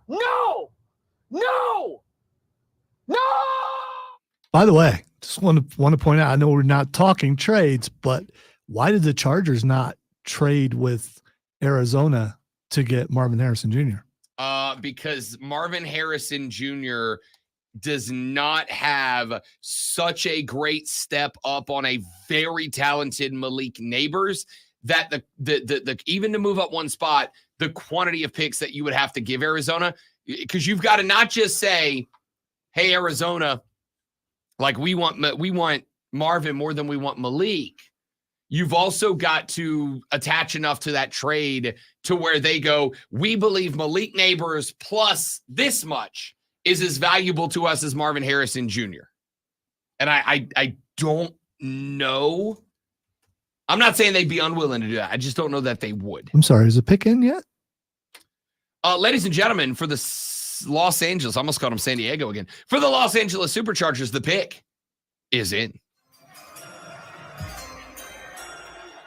With the 5th overall selection in the 2024 Rob Brown Show mock draft, the LA Chargers select Malik Neighbors, wide receiver, LSU. Malik Neighbors, wide receiver, LSU. Snap back to Daniels. Has time. Throws towards the end zone to Neighbors. Made the catch. Is he inbounds? Yes, he is. Touchdown, Fighting Tigers. Blew by the defender. Over the shoulder catch at full speed. Malik Neighbors shined in LSU's high-octane offense last season with over 1,500 yards and 14 touchdowns. He's LSU's all-time leader in receiving yards, a school that's seen its fair share of NFL talent at that position. Neighbors can struggle against press coverage, but he's a dynamic athlete with elite speed alongside great ability after the catch. About as good of a profile as I've heard so far. About as good as you can put together there. There's a lot of things Malik does very, very well. We talked earlier about the inability of the struggle of of Marvin Harrison Jr. into press coverage at the line. We talked a little bit about his inability to break out of that press coverage. Malik Neighbors is the exact opposite. Malik Neighbors burns past guys off the line. And the thing that allows, if you are a wide receiver, that I think Malik Neighbors can really excel at the next level, and this is excelente for Justin Herbert. If you can get a guy in press coverage off of you, if you can get them backpedaling because that first step and the break of contact is so good, that's a swim move. Say break coverage. Okay, I thought you were swim move. I thought you were a dodgeball referee. If you can break that press coverage and you can get a guy on his heels, it opens up the stop or the out route for you that quickly. Because if a guy's in your face playing press and you get a step on him, outside, inside, wherever, you get a step, you break that contact, and you get him playing catch up, one of two things happens. Either A, he's on his heels backpedaling, which means that in the time it takes you to sink the hips, plant the ankle, and turn, he has got to sink the hips, stop the backward momentum, plant the back foot, and then accelerate back to you. This is why somebody who can quickly burn press coverage becomes invaluable. And they're not going to have 1 billion yards at the end of every game, but they will have a lot of catches. You know, you're looking at a wide receiver that have a 3.4, 3.5 yards per game through the air number. There are some things that I worry about here with Malik Neighbors, because I think that his hands, and I'm not talking about catching the ball, I'm talking getting into fights with defensive backs. His hands are excellent. His change of speed is excellent. There are a couple of people, not many. There's a couple of people who think Malik Neighbors will be a better NFL wide receiver than Marvin Harrison Jr. because he's more versatile in what he can do. But there are some concerns. Number one, his routes are not consistent and clean. Marvin Harrison Jr. has consistently clean routes. You know the route he's running, and he's going to run it, and he runs it with precision and accuracy. Marvin Harrison doesn't necessarily do that. He is not a great route runner, not an elite route runner. He does have the speed to make up for that, but at the NFL level, you've got to have a guy. Number two, we talked about Marvin Harrison Jr. One of the things we talked about, his ability to sink the hips and change routes. That is something Malik Neighbors needs to work on as well. He plays high. He plays high. That is a bad habit that is formed by guys who have excelled at wide receiver their whole life. They never really learn how to fundamentally play the position. If you're burning guys, if you're cooking guys in high school and you're cooking guys in college, most coaches, unless they truly care about your development to the next level, and I don't know that Mr. Flyably really does, and I don't see any reason why Malik Neighbors would have changed a damn thing in high school. You don't get taught to sink the hips. You're just so naturally talented. You're cranking out numbers. Coaches get afraid to really dial in your mechanics. Malik Neighbors plays tall. He plays high. When you are cooking everybody, that's fine. But at the next level, it's not. Malik's going to have to get coached up to figure out how to sink the hips because that makes those snap routes more efficient. One of the concerns that I have had is Malik Neighbors looks at and plays to the first line of defense. If you walk a press corner, Malik Neighbors is excellent at getting by corner number one. He does not always pay attention to stack coverage. I'm talking if you have a secondary corner over the top. If you're going man zone on the outside, I'm going to put my best guy on you, and then I'm going to put help over the top. If you play cover 3 and Malik Neighbors is running a deep route into cover 3 defense, he does not always look and see both the safety and the mid safety, the strong side safety or whatever safety's on his side, and the over the top safety. He plays to a guy. And he dictates his routes based on a guy. That's going to get you killed at the NFL. Because where sinking the hips and running the 10 and in route would be open, he's looking, he goes, all right, I got my press guy beat. I'm going to run the post route. I'm going to go to the flagpole here. And what ends up happening is he's running down a diagonal route in between the seams. The quarterback sees him, but then the quarterback recognizes that there's a single high safety up top that Malik Neighbors didn't see. And if Malik doesn't see him, he's going to run right into that coverage.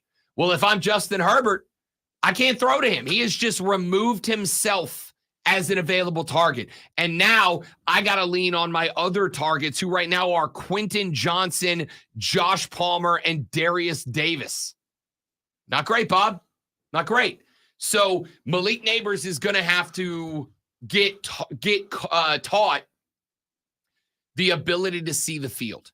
He's going to have to get taught the ability to look beyond the coverage man that's on you. There's a press guy on you. That's great. You are a top 5 National Football League draft pick, my man. We need you to understand that because you are a top 5 National Football League draft pick, you're not just going to have a guy covering you. There is always going to be somebody else in the backfield that have eyes on you. And I need you to learn how to see that, how to read that, how to diagnose that, and how to respond to that, because I don't think you ever did at LSU. At LSU, he didn't. There was never that spot where he really had to worry about it. Somebody asked for a comp yesterday, or sorry, Monday. I sat in on a pod. And somebody asked me a comp. I said, I don't think you need to go that far. You know who Malik Neighbors is? He is a more physical Justin Jefferson, and he is a faster Ja'Marr Chase. He is a hybrid between Chase and Jefferson, a pair of LSU receivers. I don't think he's necessarily as good at being physical as Ja'Marr Chase. I don't know that he's as fast as Justin Jefferson, but he's more physical than Justin Jefferson, and he's faster than Lamar Chase. He's a hybrid of the two, and I think he will excel there. Texas said, Rob, what about the LA Chargers trading 5 and Herbert to New England at 3 for JJ, and then New England gets Malik? I'm going to tell you right now, I actually don't root against Jim Harbaugh. I don't have an issue with Jim Harbaugh. Wow, if Jim Harbaugh brings JJ McCarthy to LA with a top 10 pick, I will be out immediately. Immediately. Jim Harbaugh at that point has tanked this team before he puts on the headset for the first time. Unless he takes J.J. McCarthy and they, win that division and make a run and shock the hell out of us. But I can promise you as a gambler, I'm not putting a red cent on that. Talking about gamble, what a gamble that would be. Yep. I don't know. I don't have the numbers in front of me. I don't remember the history, but I don't believe he has gone after his former players when he's been in. So he was at Stanford, and then he went to the NFL. Yep. Did he draft a bunch of Stanford guys? I don't recall that happening. He had a couple, but I don't think it was anything that was from the norm. It was lower tier guys. It's not you're not going to. It wasn't going to get J.J. McCarthy with the top 10 pick. Yeah, obviously I don't like where he coached, but he does live in an RV, which I still think is amazing. He's not going to do that. No, he ain't going to do that. Here is, and I hope that wasn't a Michigan texter. That was. Come on. Come on. You can't love the team that much that you don't see that guy is probably not. Well, maybe you do. All right, here's where you stand so far with the Rob Brown Show mock draft. We are going 16 picks today, 16 picks tomorrow. The Bears take Caleb Williams first overall. Jaden Daniels goes to the Commanders in pick 2. Drake May ends up a Patriot after pick number 3. Marvin Harrison Jr. begins the wide receiver run at pick 4 to Arizona. Malik Neighbors off the board at number 5. In the next hour of the show, we are just making picks. We're going with the New York Football Giants at number 6. I know somewhere right now, Chris Lewis is biting his fingernails. We'll tell you where they go next. I am Rob Brown, and reading this Sports Flash and doing it in a way that I need you to make sure your belt is up tight because it might knock your pants off is the great Malonzo. Yeah, we retired that phrase when someone moved to Michigan.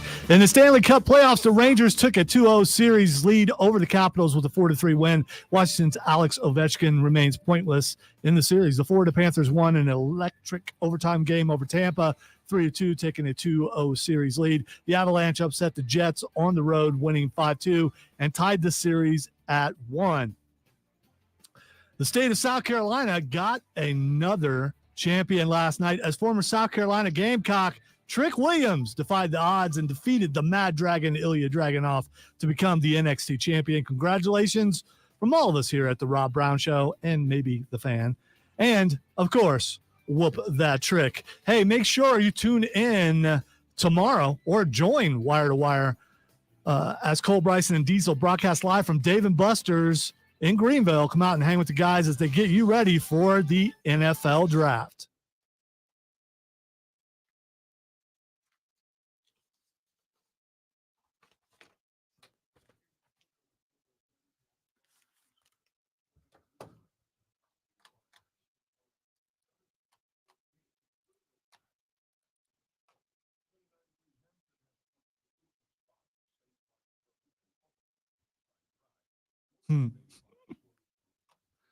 This is hot in here, Kagan. You know that, when you're in a place or you're outside and it's hot, you're like on the edge of needing to sweat, but you're not quite sweating. It's stagnant. That's what it is. It's very stagnant in here.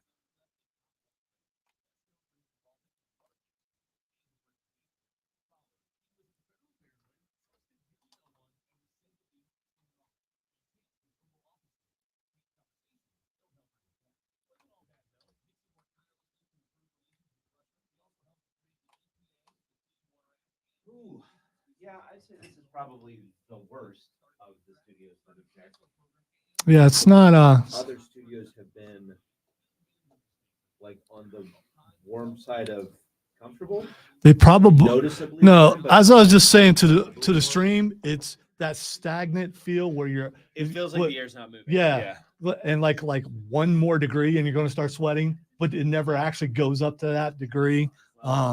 I'm soggy in places. That's all I'm saying. It's not, yeah, and it is having an effect on the show. But we can't leave the door open for obvious reasons.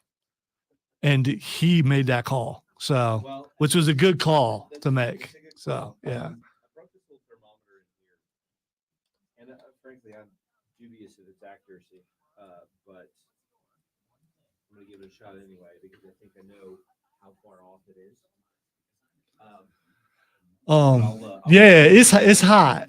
I know, and I'm working on it. I can't. The HVAC guys were here working on the controllers yesterday, and Andrew and I both left before they finished. Yeah, I saw them And working I on it. haven't- So I just called Andrew, and he said they never called him back yesterday with an update on what they accomplished. So I can tell you what they accomplished in here. well, I tried to log into the system, and it's still not showing any data, which was the problem that we had originally. So they didn't fix that, but now apparently some other things aren't talking. So I gotta call them and see what the deal is. Funsies. Good luck, gentlemen. Grazie. If you need to start disrobing, it'll be an interesting day on the stream. I haven't ruled it out yet.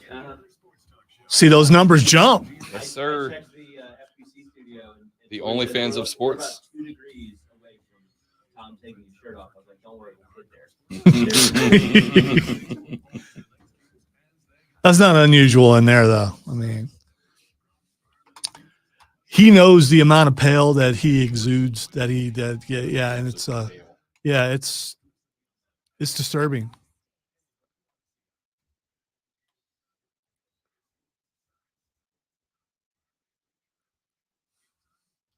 Welcome to Torture Tuesday for all of us on Wednesday. Yeah.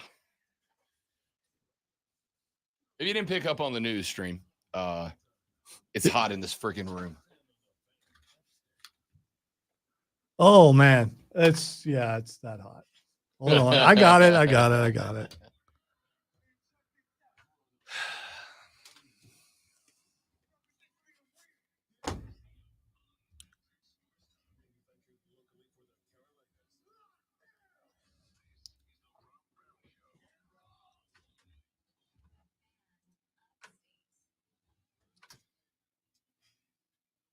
And away we go with hour number 3, ladies and gentlemen. Just a couple of hours remaining in the greatest sports talk entertainment spectacle on the face of planet Earth. It is the Rob Brown Show right here on the Fan Upstate. Rob and Lonzo with you, my dudes, my dudettes. We are working our way through the 2024 The Rob Brown Show mock draft. Let me get you caught up with where I have it drawn up so far. With the number 1 overall selection in the 2024 The Rob Brown Show mock draft, the Chicago Bears went with Caleb Williams, the quarterback out of USC. I continue to believe that Jaden Daniels, is the better quarterback. I think he's got the better NFL career ahead of him. That being said, I recognize I am at least in terms of NFL draft dudes, a pretty big minority. Pretty small minority there. Like the minority is big in how small it is. That makes sense. Well, I nailed it. Blame it on the room. Blame it on the room. That's what I'm doing. I'm good with that. Number 2, the Washington Commanders did select Jaden Daniels, the quarterback out of LSU. That put the Patriots on the clock. I think this is a trade back spot. I think there's a bidding war to acquire the services of one Drake May, the quarterback out of UNC. To be clear, I did not put trades in this mock draft. This is just straight up. Obviously, this mock draft is going to be wrong because some folks are going to trade. However, I got to put it together one way or the next. New England goes with Drake May, the quarterback out of North Carolina, at the 4 spot. The Arizona Cardinals, they are desperate. They've got to have a wide receiver.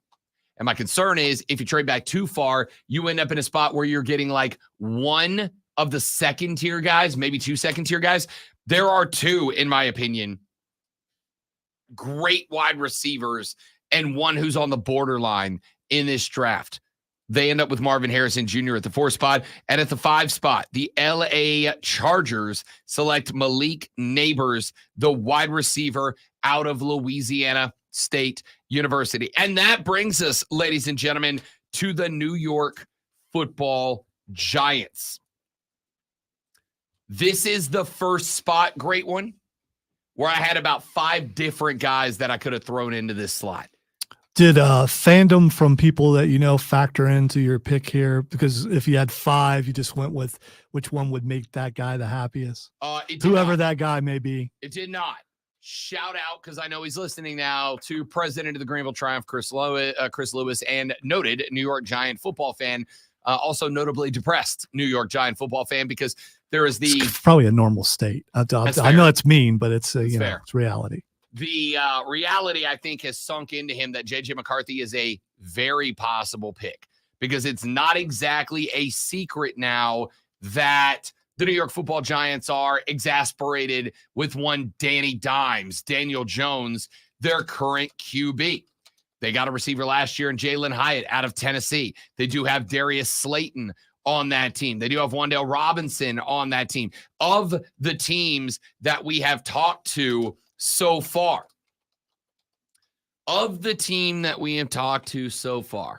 this is the best wide receiver group of any of the quarterback situations we've discussed, with the exception of Chicago, who is DJ Moore and Keenan Allen up front. I think Jalen Hyatt has got it in him to be a stud. Darius Slayton as your Y is pretty good. Wan'Dale Robinson as your Z is pretty good. So I went back and forth.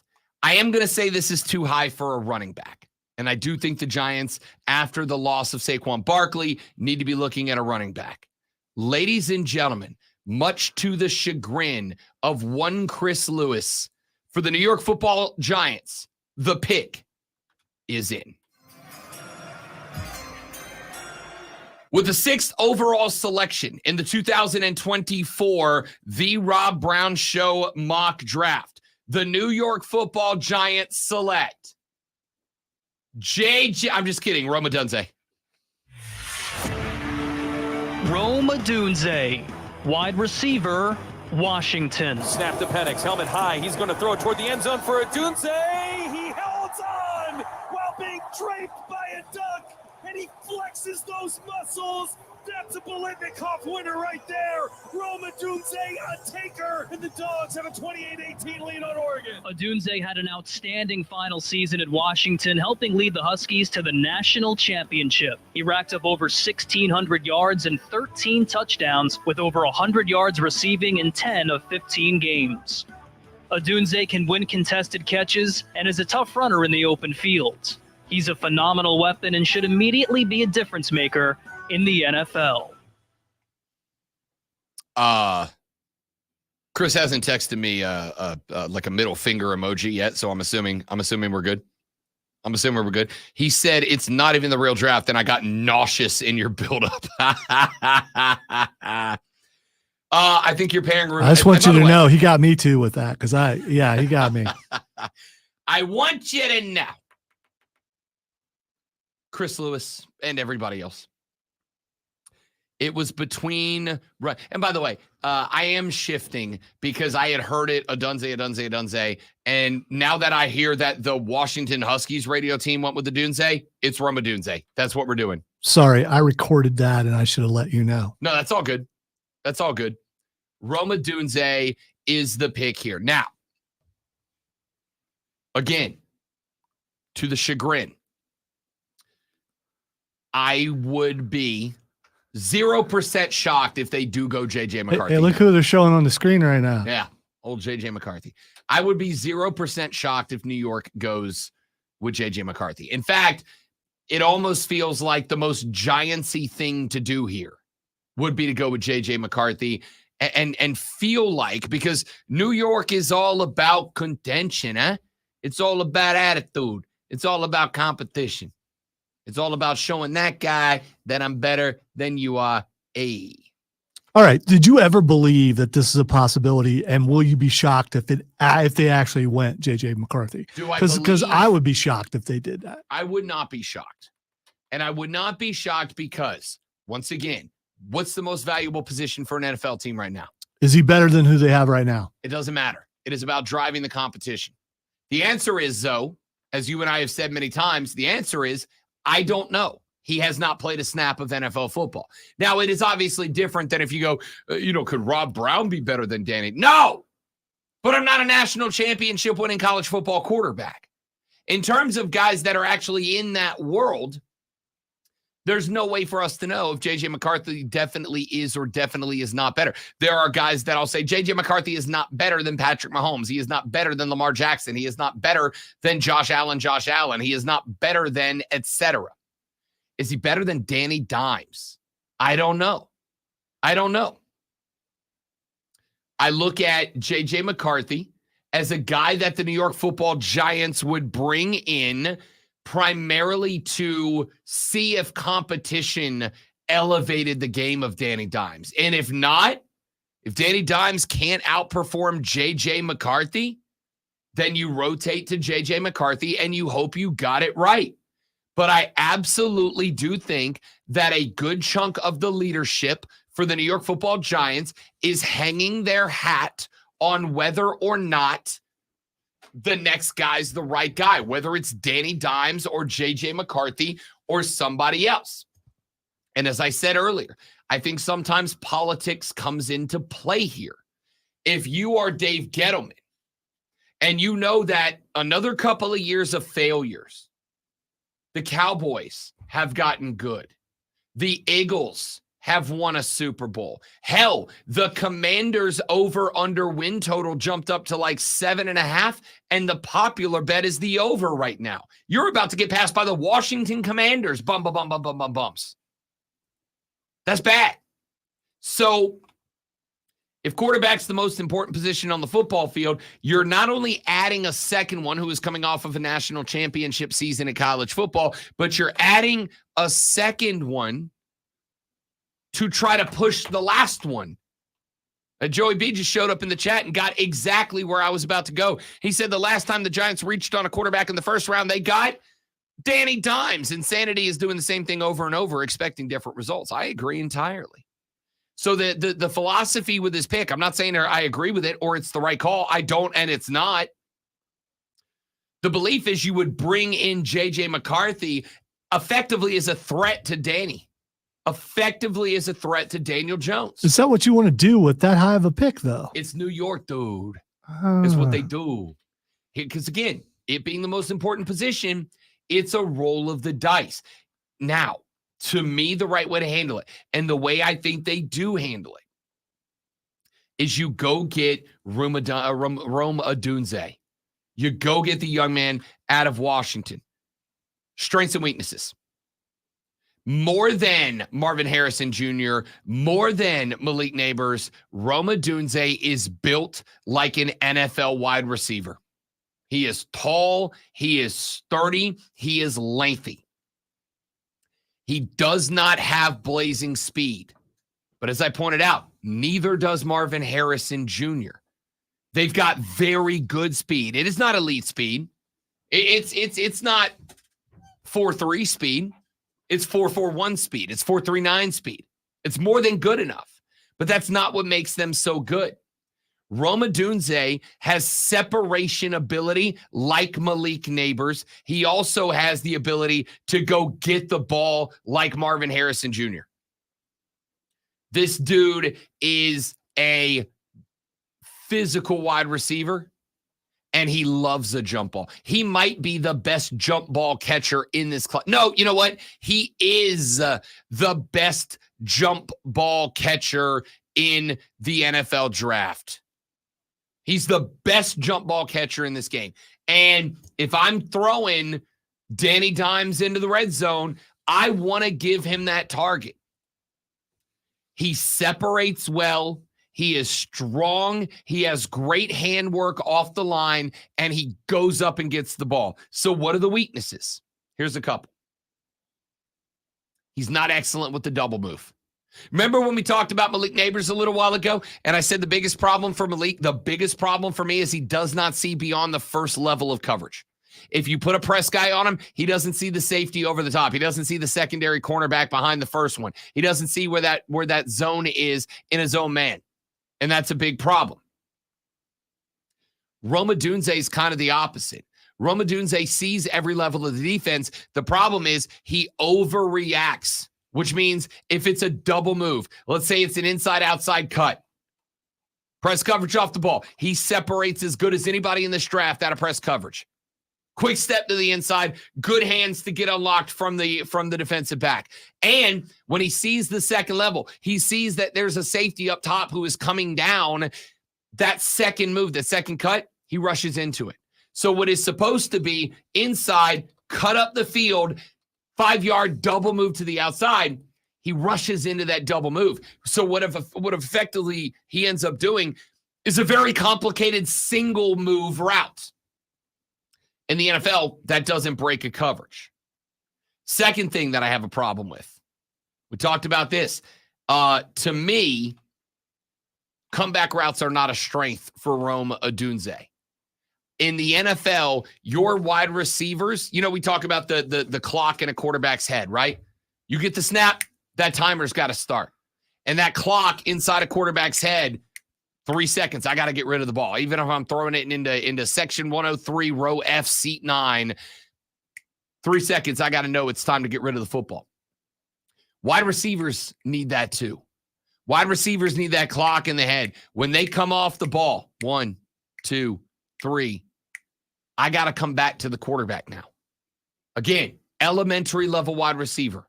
You've got to understand, if I run my route and I turn and that guy's got the football, it doesn't matter what the route is. I need to break, set, turn, and get back to the quarterback, run back to him to present the target with the defense behind you. Rome Odunze does not do that really well. That clock in his head doesn't really seem to tick the way I need it to. And when he does run the comeback route, it's almost a curl. No, man, I need you to sink the hips, lower that center of gravity, snap the body back, and sprint back to the QB. I need you to put any defensive back around you in your back pocket and present your numbers to the quarterback. He doesn't really do that. It's almost a curl. It's almost like, all right, I'll come back. That's a bit of a problem for me. The second thing that I am concerned with, Rome Odunze, as we mentioned a minute ago, excellent jump ball guy. Excellent jump ball guy. Problem is, what happens when you're really good at one element of a game? You make it your game. You can't just be good at one thing. Yeah, unless you're a DH in baseball, you can't make just that one thing. In fact, even that, if you're a DH in baseball, you've got to be able to run the bases. You got to have great base awareness, base path awareness. You've got to have a great understanding of your speed versus the velocity of the baseball when the right fielder throws it to third. When you're thinking about making that break, you got to be able to do that calculation in your head as you are rounding second to decide if it's worth the risk or not. You can't be great at one thing. And I think Rome Odunze is so good at elevating and high pointing the football that it is taken away from his route running a little bit. Hey, man, I'm on single man coverage on the outside. It doesn't matter if I run a precise route. He's just got to throw it up and I'll go get it. Yeah, not at the next level, bud. Not at the next level. And the last thing that concerns me, not a great run blocker. Not a guy that I trust on the outside to set an edge. Not a guy I trust on the outside to prevent his cornerback from rushing into the backfield and knocking down any sort of sweep that I want to run in that direction. Rome Odunze is off the board now, selected in the 6th spot by the New York Giants. Do not be shocked if J.J. McCarthy comes off the board at this spot. And if he does, do any of you know a good therapist for my friendly Giants fans in the area? When we come back, the Tennessee Titans are on the clock as we run through the first half of the Rob Brown Show mock draft right here on the Rob Brown Show and the OnlyFans Upstate. That's a joke. Prospects. All right, guys, quick live read, and then we're coming back. Y'all stay right there. We will BRB.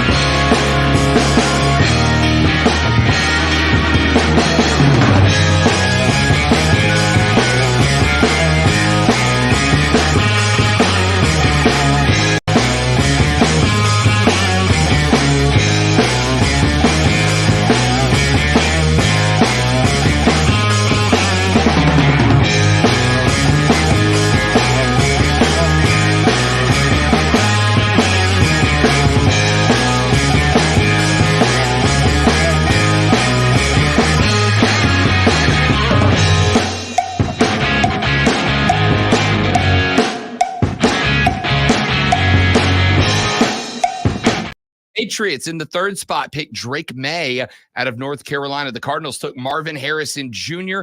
out of the Bucknut University. The Ohio State Horse Chestnuts at number 4. The LA Chargers took Malik Neighbors at number 5. New York Football Giants selected Rome Odunze, the wide receiver out of Washington, at number 6. Give you one more name I think could go there. Brock Bowers. Brock Bowers would Brock Bowers not be a perfect football giant? It feels like he would fit real well in the offense and what they try to do there.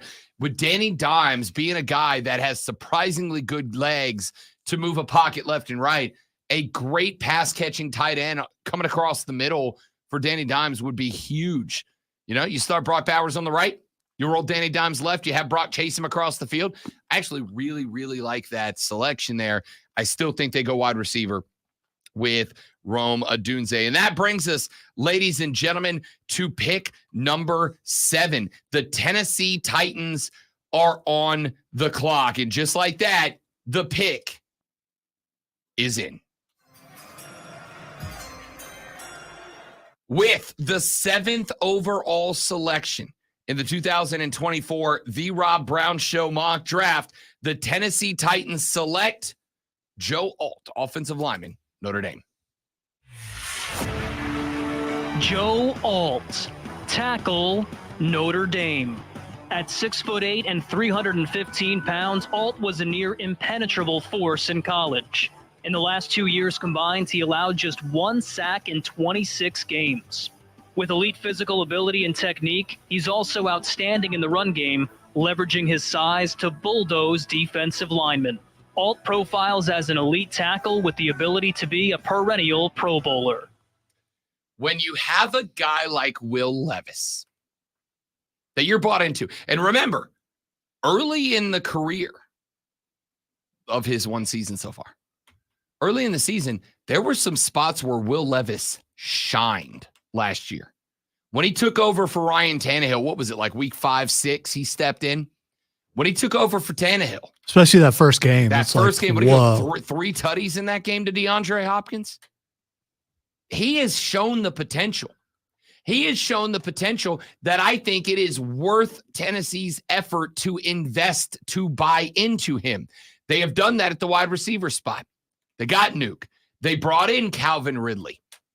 I think Calvin Ridley can be an excellent addition. They got Treylon Burks.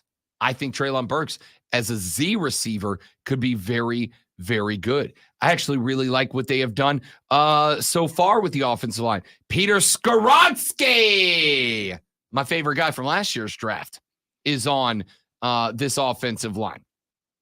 I think this offensive line needs one more piece, and I think Joe Alt is that guy. Joe Alt is, first off, freaking enormous, okay? They got him listed at 6'8", 315. If that dude don't start his first game at 325, color me purple. He's going to be a mammoth of a man. He's also got the pedigree. His dad, John Alt, was a Pro Bowl NFL tackle. His brother, Mark Alt, was a pretty good NHL player. Want to guess what his role was in the NHL? Goon. Yeah, I was going to say goon, but I was trying to think if there actually was a technical term in hockey for that. Oh, but maybe people love goon. Goon is the technical Goon is term. it. There's a lot I like about this guy. He is, again, super intelligent on the line. Understands, based on alignment and movement, what an offensive line is likely to see. Number 2, great combo block guy. Great combo block guy. And when you are looking at trying to keep Tony Pollard, your new running back, because they are investing in Will Levis and all around him, when you're trying to keep Tony Pollard in a flow, having a combo blocking guard or tackle, and he's going to be a tackle at 6'8", there's no way he's not a tackle, is big. What a combo block means is this. You put him on the tackle. And let's say that the defensive end is playing to the outside and there's a linebacker out there. What a guy like Joe Alt can do is get an arm, get a block on the defensive end and push him out wide. Maybe push him out to a spot where the tight end can help. So he pushes the defensive end out wide. Tight end jumps in on that block with him. And once that guy's effectively out of the play, he seamlessly transitions up the field, and now he's blocking at the second level. Now he's up with the linebackers. The ability of him to go from one to the next is as good as any offensive tackle has been in the last couple of years. Incredible footwork on this guy. Incredible footwork. Maintains first contact. Does not lose his balance. He's not a guy that you're going to bull rush and knock him backwards and he's going to lose his back. I don't know why I'm acting so much of this out today. Yeah, it's not a good move for you with the current shares- air situation. I know. I'm sweating over here. Witness and sweaty pitch. You show. notice I'm just not moving. That's fair. It's the right call. It's hot. So you're not gonna bull rush him and knock him off balance. My man goes 6'8", 315, but he plays with a low center of gravity and excellent footwork. So what is the issue for Joe Alt? Because, I got to give you the weaknesses for everybody here, and there are a few. Number one, we talked about combo block. That means aggressive block. Almost too aggressive out of the gate. Big forward lean when he is trying to block downfield. Now, you're not going to get into Joe Alt and knock him backwards. I'll tell you what I do think will be a weakness, getting pulled forwards. He shoots out into a defensive end, and that defensive end is aware. If he can get that hand up over and he puts it on the back of that shoulder pad, he's knocking Joe Alt to the ground face first. Or if he's really getting into like a good defensive tackle, if he's blocking down and in, that tackle gets his hands inside of Joe Alt into the shoulder pad. He's steering Joe Alt now because Joe Alt plays forward. He plays with that forward lean, and that's a problem. Second thing, Lonzo was an offensive lineman. I don't know about your coach, but mine, when I was playing tight end and we were learning blocking, great one. My tight ends coach, Don Arthur, would take film and he would put it on the big board and he would literally take like a protractor and he would show you the angle you were bending at the waist. Do not bend at the waist. You do not block at your waist. Yeah, we couldn't afford protractors, so not. They're like a cent. In your day, they were probably less than a cent. Yeah, wow. About 5 for a cent. Think about it. Also, it may have been they would make good projectiles. And you got to worry about your teachers. Yeah, it's like throwing stars. You don't want any of that in there. You don't need your geometry teacher out here going ninja gaiden on his third period class. Although if he does, and you learn how to block and avoid, it probably would help you on the football field. A lot of waistband, not a lot of waistband, too much waistband out of Joe Alt, and that concerns me a little bit. When you are 6'8", waistband creates a problem. The reason that when you block, if you ever watch a video of a good offensive line, when they do that kick move or the out the gate move, they present numbers. Why do they present numbers? Because you need your chest over your feet. If you are too far forward or too far backwards, how many times have we talked about center of gravity today? Your center of gravity isn't over your feet. I can move you. I could move a 6'8", 315-pound man if I can get him leaned forward or leaned back, because at that point, you lose to physics 100% of the time. If you bend at the waist, you are not only taking the power away from your legs, you're moving your center of gravity out past over your feet. And if your center of gravity is not over your feet, you're movable. I don't care how big you are. That's going to end up being the biggest problem. When he kicks back into pass coverage, he's pretty good about this. It's when he's coming forward in run coverage that it ends up being a problem. Run blocking, that it ends up being a problem. Joe Alt off the board at number 7 to the Tennessee Titans. When we come back here in just a minute, we move on to pick number 8, one that I'm assuming some of y'all care about. Ladies and gentlemen, on the board, the Dirty Birds, the Atlanta Falcons. I'll give you their pick when we come back on the Rob Brown Show and the Fan Upstate.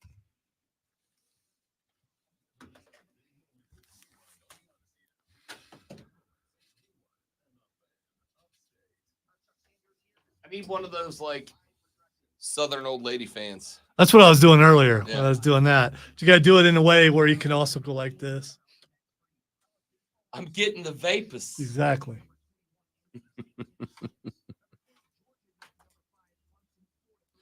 I know it sounds like we're whining, but engineering was just in here with a thermometer and it's 80. Just so we're clear. And the people who work outside, I've had to do that before. You guys are amazing, but we're pampered and we deserve better. Just I so mean, we're that's clear. really what it comes down to. Do you know why it sounds like I'm whining? Because I yeah, am. yeah. There's a All right. That's why. there's a certain degree of whining. I'm not blaming anybody in the building. No, it's So, nobody's yeah, fault, yeah. but it's not going to stop me from whining. Yeah. Right. It's like traffic. It's not anybody's indirect fault, but I am going to whine about it. I've been in worse heat where I saw some of the most disturbing things I've ever seen when people did start taking their shirts off. People who shouldn't even take their shirts off at home were taking their shirts off. Yeah. Here. Yeah, that's the main thing, Shane. The air is not moving at all. It's very stagnant, and that's oppressive. I know it's just it's hard to achieve an energy level. It's oppressive. Those people in North Korea have no idea what we're going through right now. You don't think stagnant air is oppressive? No, it sucks. Yeah.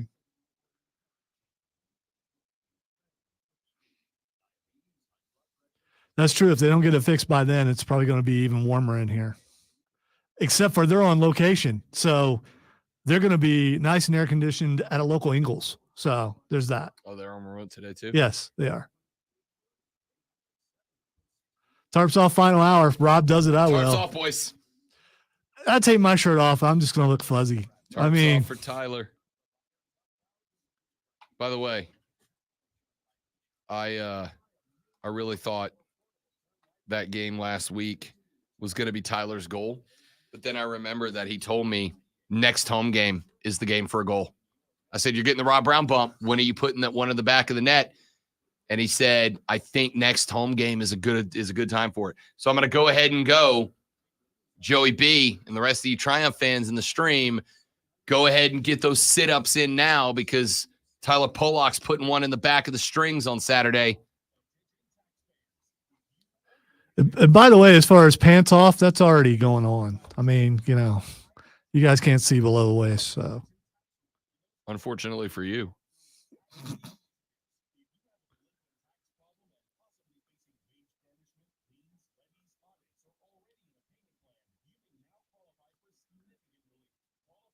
Listen, Bill Brooks can do no wrong in my estimation. Bill Brooks. Every time he says jam cam, it just makes me so happy. I don't know why. It just does.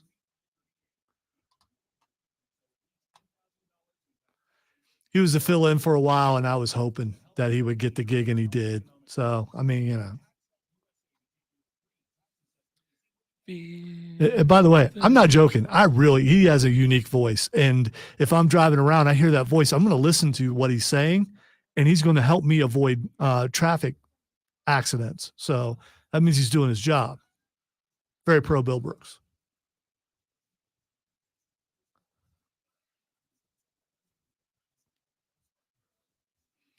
Let's try and open a window.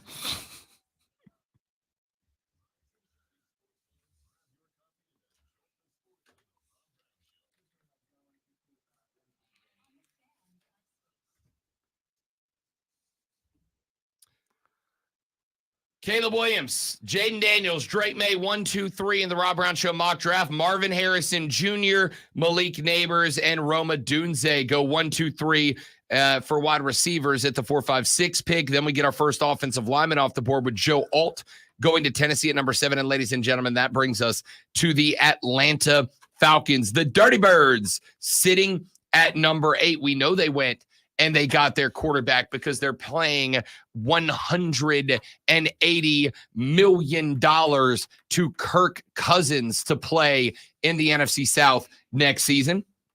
They went with Bijan You're afraid, Robinson. aren't you? You're afraid of Kirk Cousins. A little bit. Just a little bit afraid of his consistency. I'm afraid of Kirk Cousins the way the rest of the division is afraid of Derek Carr. Here's what I mean. Do I think he's great? No. Do I think he's good enough to win this division? Yup. That's it. That's it. He's good enough to win the division. Do I think Kirk Cousins is a Super Bowl guy? No, not really. Do I think there's enough talent in Atlanta around him that he can be taken to a Super Bowl and win it? Yes, I do. All he's got to do is play as bad as Tom Brady did, and he can win the division. You're not wrong. Ladies and gentlemen, with the 8th selection. Oh, wait a minute. The Atlanta Falcons, the pick is in. Man, that was almost real bad. Yeah, I thought you were. I'm thinking. I thought we weren't doing trades, and you make. Oh, hold on. Almost blew my own. Someone's on the phone. The Atlanta Falcons with the 8th pick in the 2024 Rob Brown Show mock draft select Byron Murphy II, defensive lineman from Texas. Byron Murphy, defensive tackle, Texas. On third down, shotgun snap back. Under pressure, down he goes. The Longhorns come up with a sack, and boy, what a great time for it. Byron Murphy in on the tackle, a huge sack. It brings up fourth down. Named the Big 12 Defensive Lineman of the Year and first team All Big 12, Murphy played a major role in the Longhorns' run to the college football playoff in 2023. He's an extremely dangerous pass rusher, combining speed and agility with high-level athleticism for his position. He's also a difference maker in the run game as well. Byron Murphy is poised to make an immediate impact in the NFL. This pick is not going to make a lot of Falcons fans thrilled. Because I was thinking, who? It's going to be one that a lot of Falcons fans are going to say who. They'll say it just like that, too. Who? Who? Here's why I like this pick. I went back and forth. There's really one other spot that I really think you could lean on here, and that's a linebacker. However, this is not a great year for linebackers. There's a bunch of edge guys that like maybe you could convert them to an outside linebacker. None that I really love even in that role. Byron Murphy II is my pick. And Shane just popped up and said, why not Dallas Turner or another edge? I'll tell you why. And again, this is me playing the role of GM. And I will tell you, this is not a pick that I saw many places elsewhere. The reason why is because of what you already have in the ATL. This is a team that is set up very similar to Carolina. You're going to have a healthy mix of 4-3-3-4. Your linebacking core is not excellent. The problem is in this division, Tampa Bay, New Orleans, Carolina, I think you're going to see this year, based on what I saw last year, I think you're going to see teams start to convert to running the ball a lot. Lonzo, for 3 years now, has been screaming at Carolina to run the damn ball. And I think you're going to see that this year. I think Dave Canellis is a guy that is going to allow BY to be comfortable in the pass game instead of forcing it. I felt like Frank Reich forced it a lot. I think down in Tampa Bay, I think they certainly, with Baker Mayfield, recognize that Baker's a guy that the run game's got to be successful for him to be successful, and they just paid him $100 million. He needs to be successful. This is a lockdown the middle of the field player. He is not going to be a guy that is going to be super sexy on the stat sheet, but he is a guy that demands double teams. This is a guy who is my favorite word in football, gap disruptor. He's a gap disruptor. He fires. It's 2 words. Just, Favorite phrase in football. That's what I said. He is a gap disruptor. You can line him up in the 0. You can line him up in the 3 on either side. And he is such a quick movement off the ball that even good offensive linemen have a tough time clearing him out of a gap, which can change the run game. If he gets lucky and he ends up sealing off the gap they plan on running, and now the running back's got a decision to make, and it opens up the field for other guys to make a play. I do think Atlanta needs an edge rusher. But I went and I looked, and there are some good rushers. There are some good edge guys out there. I think a lot of them. And so that we're clear, another trade down spot for me. Atlanta's very much. In fact, I would say Atlanta probably my second favorite team to trade out of, second or third favorite team to trade out of the top 10. Arizona is a big-time trade possibility. New England is a big-time trade possibility. And I'm going to say Atlanta is the third best trade possibility, because I do think they could drop back to, I don't know, say 11. Trade with the Vikings. Let the Vikings come up if they are truly all in on J.J. McCarthy and get him there. I think Atlanta's a very big trade down possibility. And the reason why is whether you want to go with an edge or a defensive tackle, there's going to be a handful of those guys that are available for you mid-round, late round. I'd like to point out, we are now at pick number 8. This is the first edge or defensive guy. This is the first defensive guy, period, that's come off the board. Atlanta could trade back dramatically, but I'm not doing trades in the draft. And Atlanta's biggest need, I do not think, is in the defensive backfield right now. Jesse Bates, AJ Terrell, like they're holding it down back there. I'm not worried about that. Maybe a corner. I think there's enough corners and enough teams that aren't going to go that direction that Atlanta could still hang back. I think as far as edge rushers go, there's a few good ones. Jared Verse is in that mix, for instance. I think I'm looking around at Atlanta, and I think they've got to build their defense inside out. Their run stop was not good last year. Hasn't been good the last few years. To me, if I'm building Atlanta's defense, that's priority 1. I have to stop the run in this division. I cannot allow Alvin Kamara to beat me here.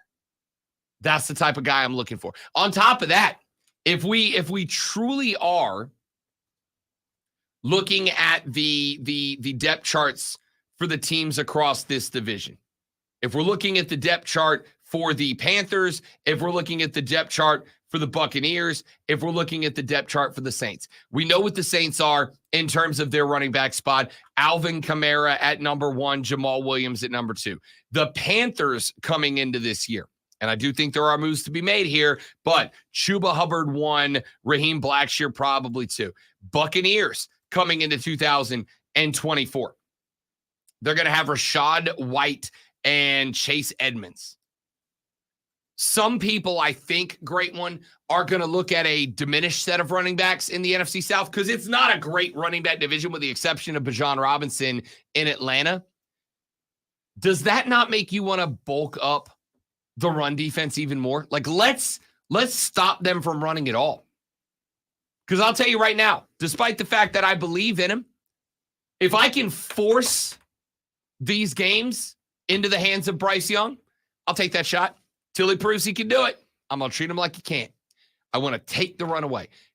Y'all believe in Baker Mayfield to the tune of $100 million contract? Cool, man. Game's on him because I'm taking Rachaad White the hell out of this game. That's the reason I think they go with Byron Murphy II.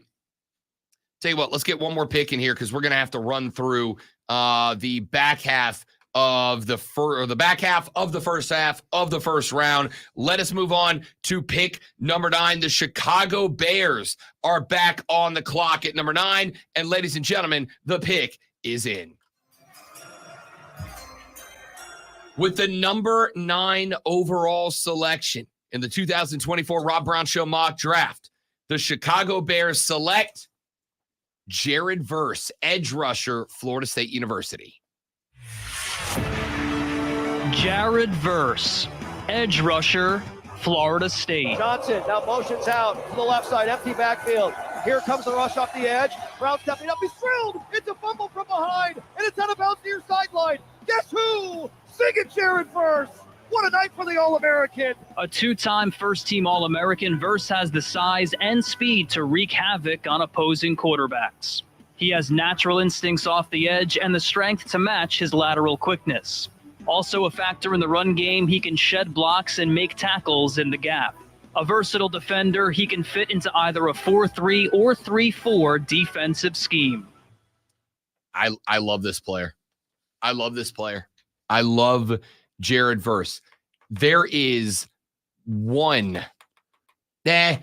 2 true critiques that I have about Jared Verse.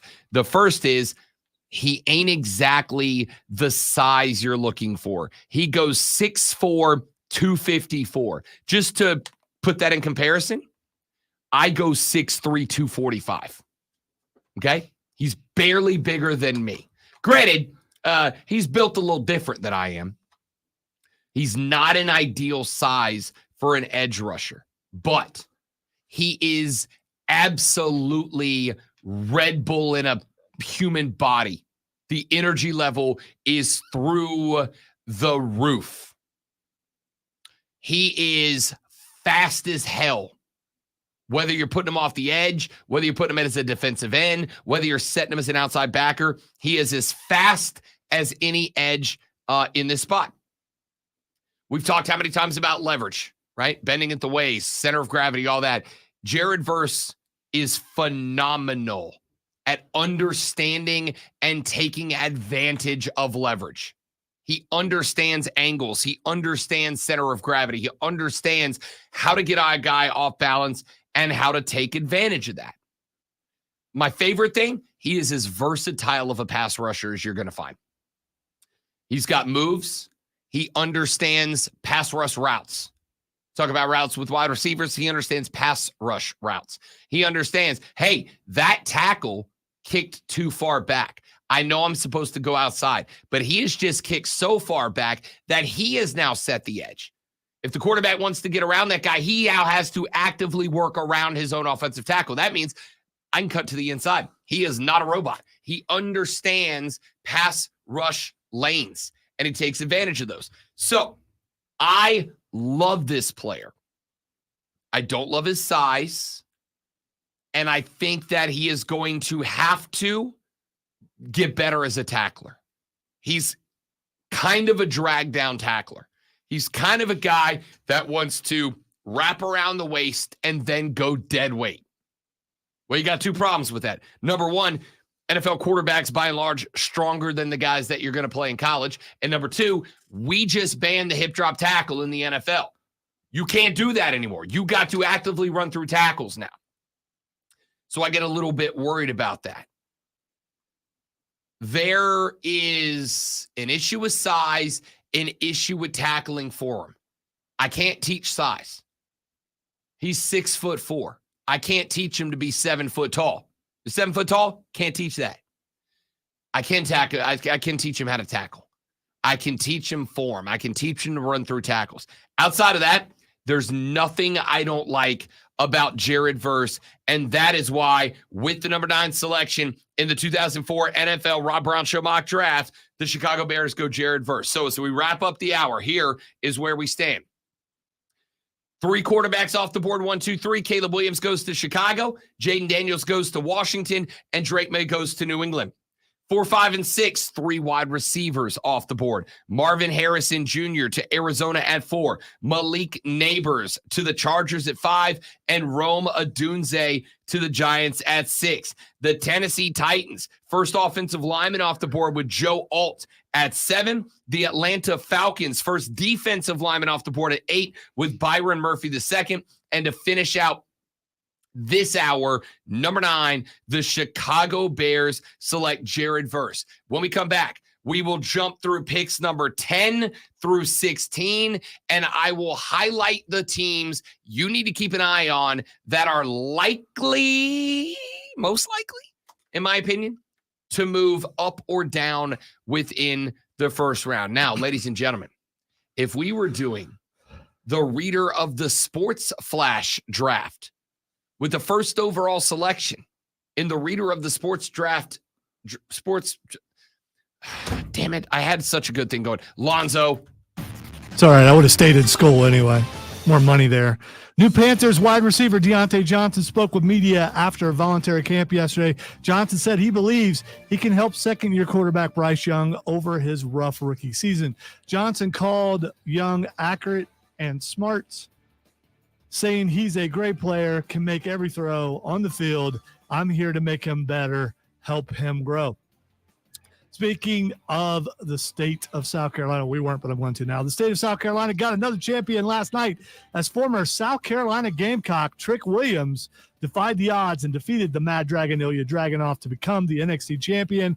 Congratulations from all of us here at the Rob Brown Show, and whoop that Trick. Tune in tomorrow for Wire to Wire, or better yet, join them as Cole Bryson and Diesel broadcast live from Dave & Buster's in Greenville. Come out and hang with the guys as they get you ready for the first round of the NFL Draft.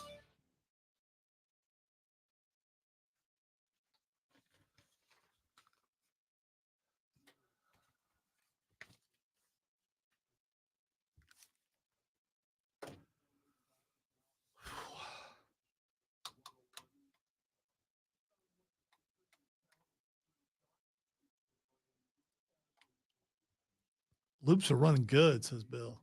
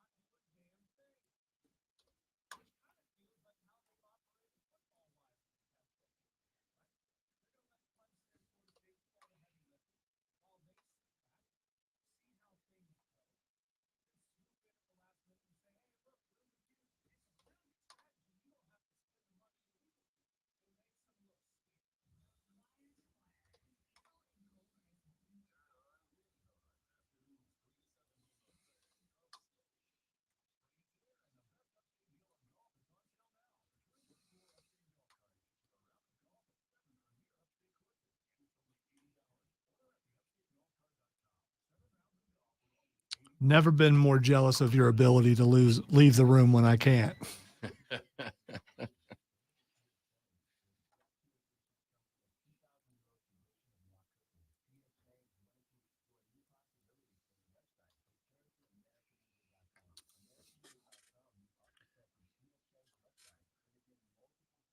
One hour left to go. It will be the hottest hour for us. Yes, it because will. it's progressively getting hot. It's getting hotter. It's getting hotter in here. It's getting in hotter in here. Everly Owl. What do you think of that color of that convertible out there? The gold one? Yeah. I actually would drive that. Yeah. It's very Grand Theft Auto. I was thinking video game. Yeah, it's very Grand Theft Auto. There is a gold BMW convertible outside. It is very video game.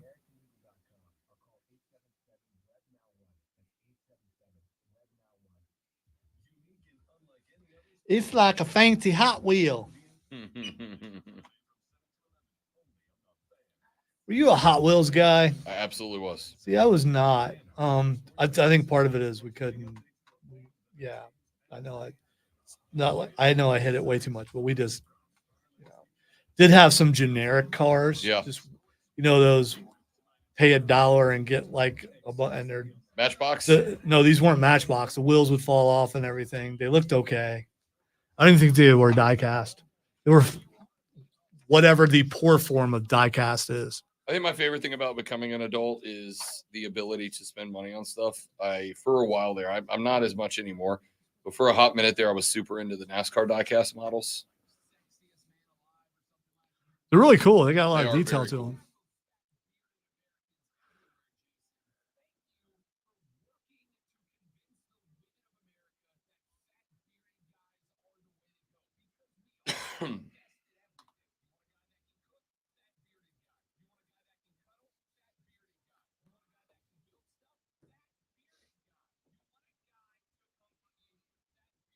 Still my favorite when the choir comes in.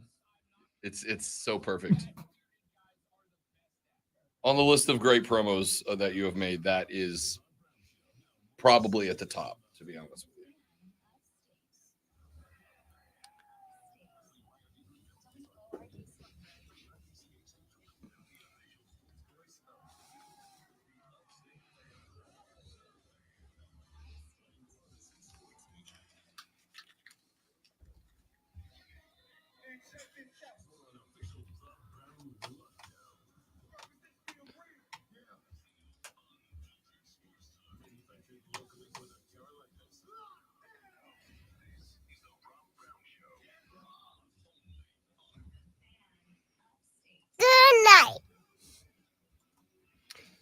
It's going to be good night if it don't cool the hell down up in this room, bro. That's why I played it.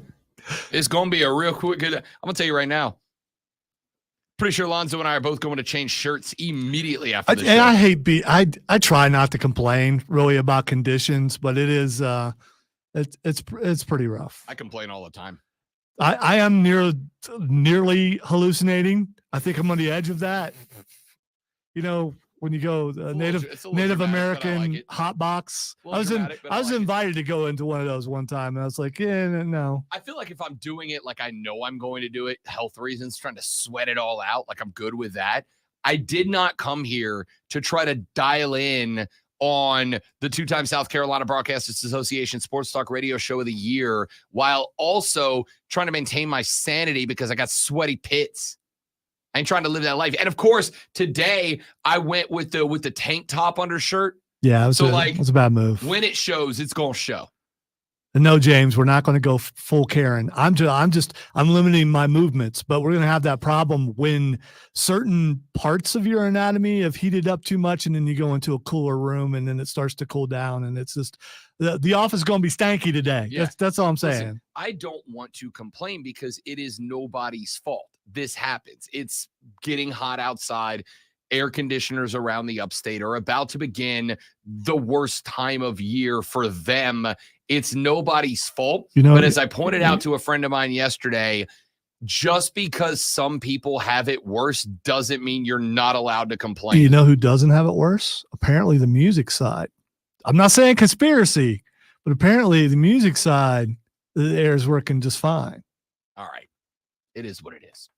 Ladies and gentlemen, we continue with the 2024 Rob Brown Show mock draft. Chicago takes Caleb Williams, number 1, Jaden Daniels to Washington, 2, and Drake May to New England at 3. QBs coming off the board 1, 2, 3. Wide receivers coming off the board 4, 5, 6, with Arizona taking Marvin Harrison Jr., Malik Neighbors going to LA to play for the Chargers, and Rome Odunze going to New York for the Giants. At the 7 spot, the first offensive lineman off the board is Joe Alt from Notre Dame. A bit of a surprise pick. Byron Murphy II, the defensive lineman from Texas, going to Atlanta at the 8th spot. The Chi-Town Bears back on the clock at number 9, selected Jared Verse, the defensive lineman out of Florida State University. A big part of the reason that they were your 2023 national champions last year. No, they were not. Of course, the 2017 UCF Golden Knights. To be accurate, they didn't make the playoff. They won with an undefeated season, the national championship. They won the ACC, which does not make you a winner of the national championship. Undefeated. Nobody beat him. That's all I'm saying. Nobody beat him. All right. I want to get to the next one.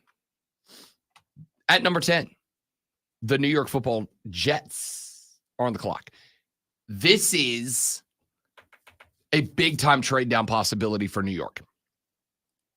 There's 2 ways the Jets go here. Either way, it's to help Aaron Rodgers. They're either going to go skill position or they're going to go offensive line. Because of the fact that they can do that, either wide receiver or offensive line.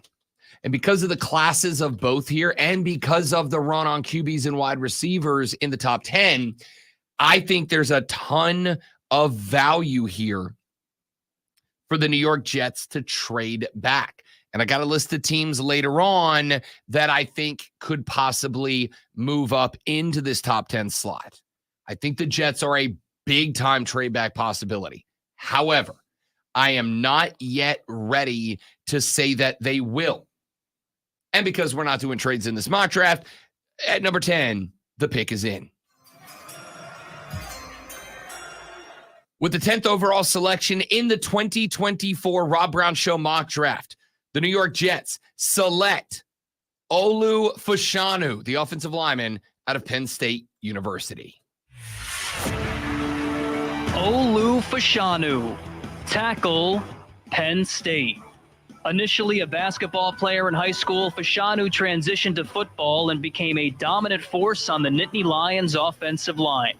An elite athlete for his size, he attributes his quickness and burst with his time on the basketball court. He can also bench press 450 pounds and squat 605. He was a force at Penn State and should be a consistent starter as a pro. I don't love this pick.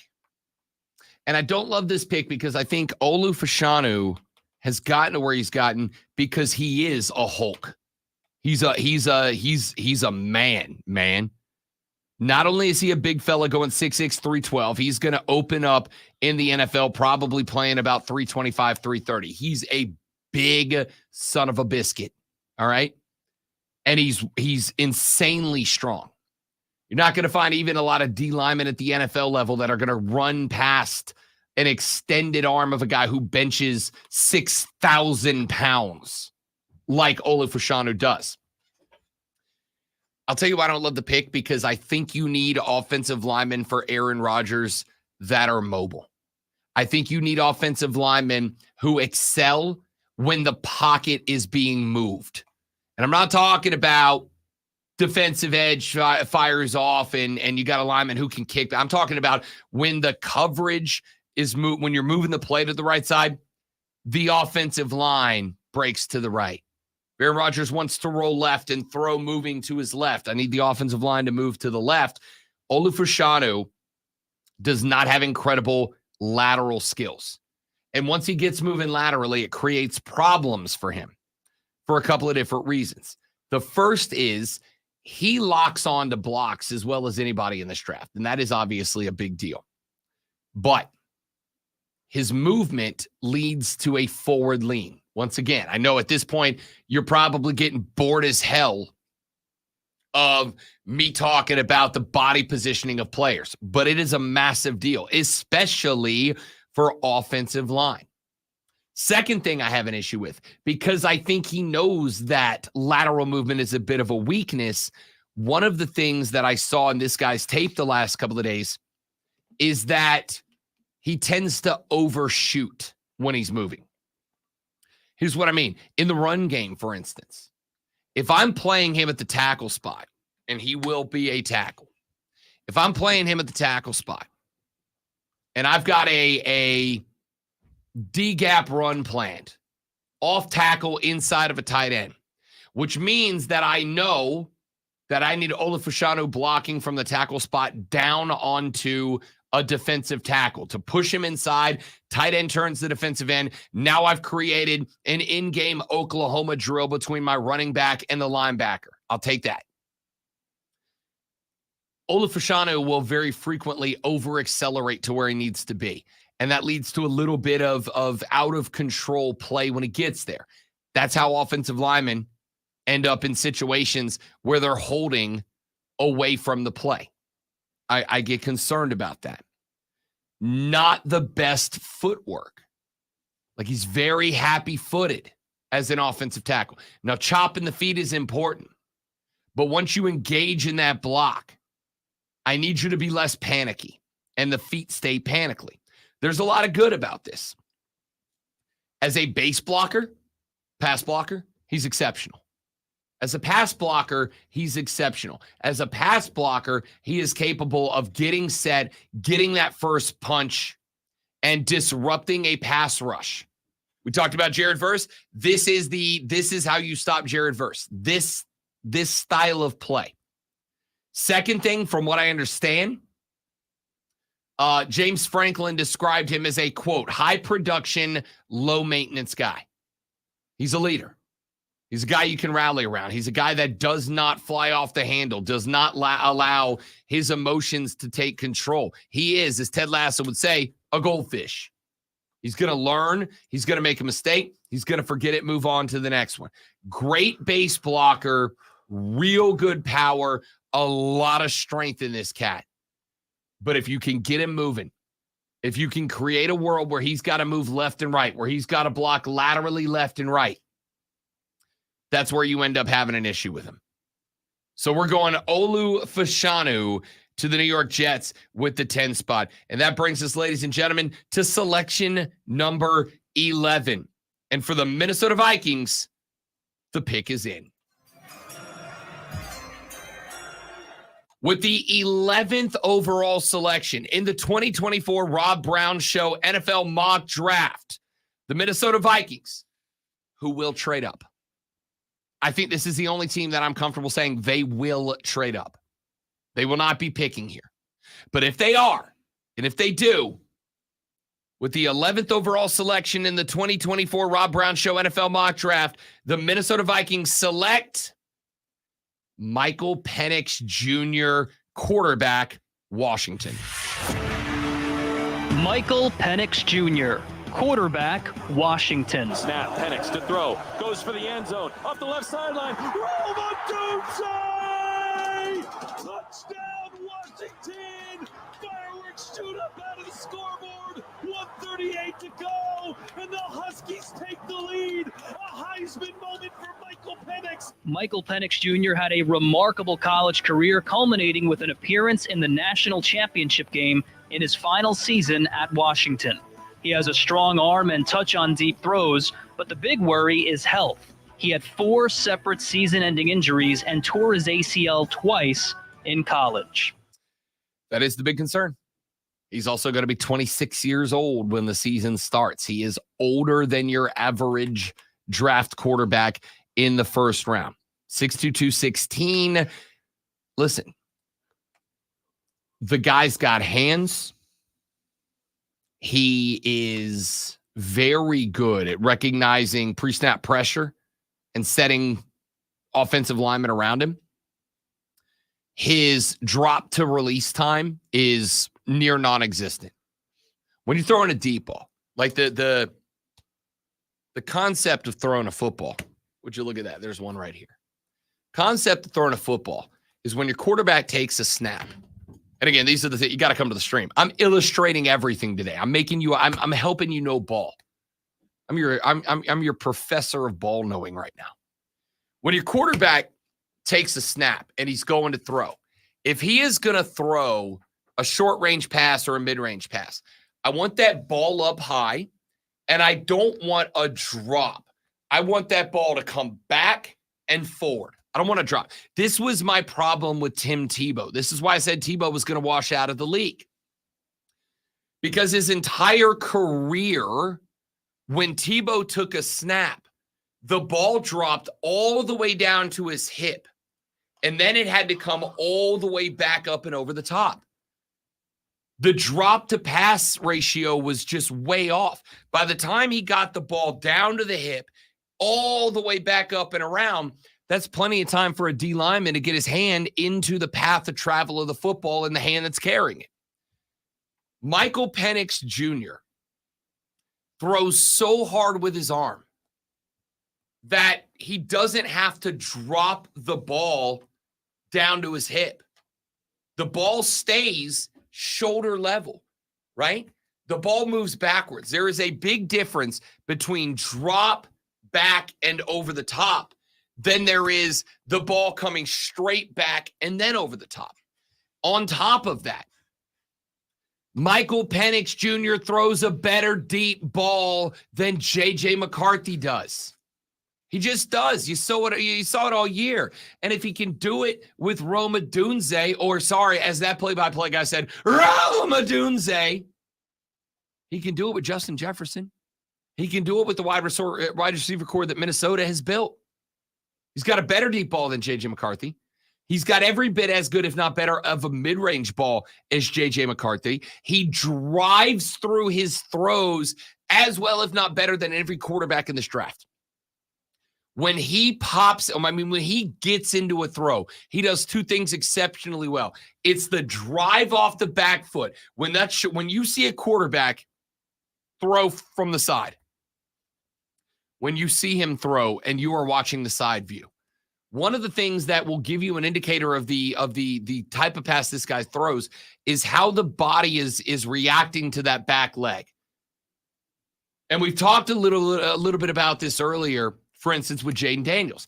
One of the problems I have with Jayden Daniels that does concern me, despite the fact I think he's the best quarterback in this draft, is when Jayden Daniels throws the ball on a fade route and some deep routes. He relies on his arm strength to get the ball there. And obviously that's a big part of it. But he does not get and drive off that back foot. That's what creates ball speed and power. Yeah, no, I saw it. I'm coming to that. But we're on a clock here, you know? We got land. Okay, so what you've done is you've eliminated you've lessened the importance of breaking news by not going to it when we go to it. Were you? Yeah. Because that's not what. Okay, then it's not breaking Sure news. it Then is. If you're gonna wait, It's gonna be breaking news. if you're gonna wait like 7 minutes, it's How long not is breaking news anymore. breaking news? When it breaks, I guess if it's the first time you're hearing it, it's breaking news for you. But the fact I that just saw it on the text. okay, well, anyway.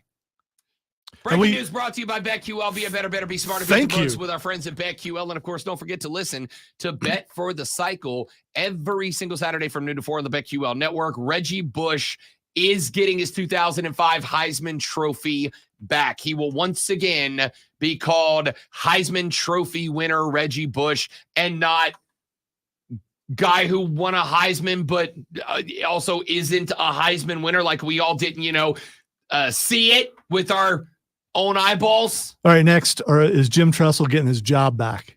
No, but he can go back to wearing sweater vest. Okay, because if the Heisman is okay, then those pants that were traded for tattoos is okay too. Traded for tattoos. What an NIL deal, man. What an NIL deal. Or it would have been in the current state of football, but back then it cost him his job. That is not how that Well, he works. lied about it, but it's Now but you're down to the heart of it. but now he wouldn't have to. Now you're down. Now to he the would. crux of Now it. he wouldn't have to. Now he's just got to go get his players an NIL deal with the tattoo studio. And there's plenty of them around there. Hell yeah. I'd absolutely take that deal. Are you kidding me? Reggie Bush going to the Heisman house. I like that. Good for Reggie. I'm good with it. All right. Michael Penix Jr. Good driver off the back foot. Flip of the wrist. The ball's going 50 yards. He is a deep ball threat. Lonzo, Michael Penix Jr., or J.J. McCarthy. This is one of those things where you just don't want to play. If I have to choose between the two, I guess I'm going Penix. Yeah, me too. It's going to be a lot of Vikings fans don't like this pick. I'm telling you, trust me, this is the guy. You give him a jump ball receiver on the outside, he's going to be phenomenal. When we come back, we keep rolling on. We've gotten 11 picks out of the way. We've got 5 more to go as we wrap up the first half of round number 1 of the Rob Brown Show Mac Draft here on the Fan Upstate. Yeah. I'm going out too. All right, guys. Hitting the head. Be right back. Y'all stay right there for me. BRB.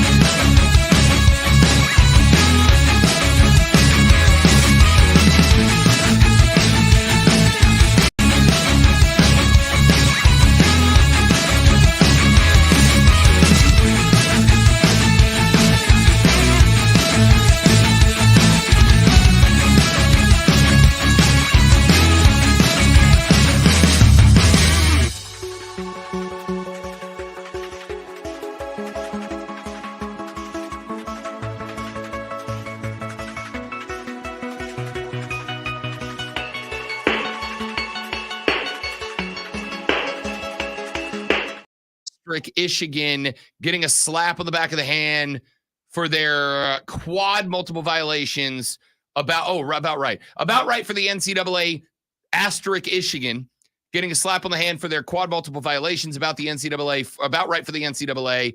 The NCAA is a dead man walking. The Reggie Bush scenario is a very interesting one. The Reggie Bush scenario with him getting the apartment deal for his parents and all that. I'm going to say this. It's a slippery slope, Rob. I don't disagree. I am going to say this. I feel like, for me, I feel like we probably need to hang out and find out what the NCAA's justification for this was before we start the accusations of corruption, etc. I'm not even talking about that. What I'm talking about is because something is a norm now doesn't make something that was technically against the law as far as college football goes. Now since it's okay now, you can go back and, in some people's eyes, fix something when at the time it was a rules violation. Now, so are you going to go back and fix all the other things that are legal now that weren't legal then? It's a very fair point. It's a very fair and valid point, and one that is to be honest with you, kind of tough to rationalize, kind of tough to justify. You brought up, and I know it was quasi but not entirely tongue in cheek. No, it cost the man his job, and you're right. He did lie about the pants being traded. But in the end, it cost him his job. And there's a lot of, I don't want to say a lot there. He is one of the more high profile guys who lost his job as a result of something that now would be legal. Absolutely. I don't disagree. By the way, we were talking about Jim Tressel. Yeah. Is what we were talking about.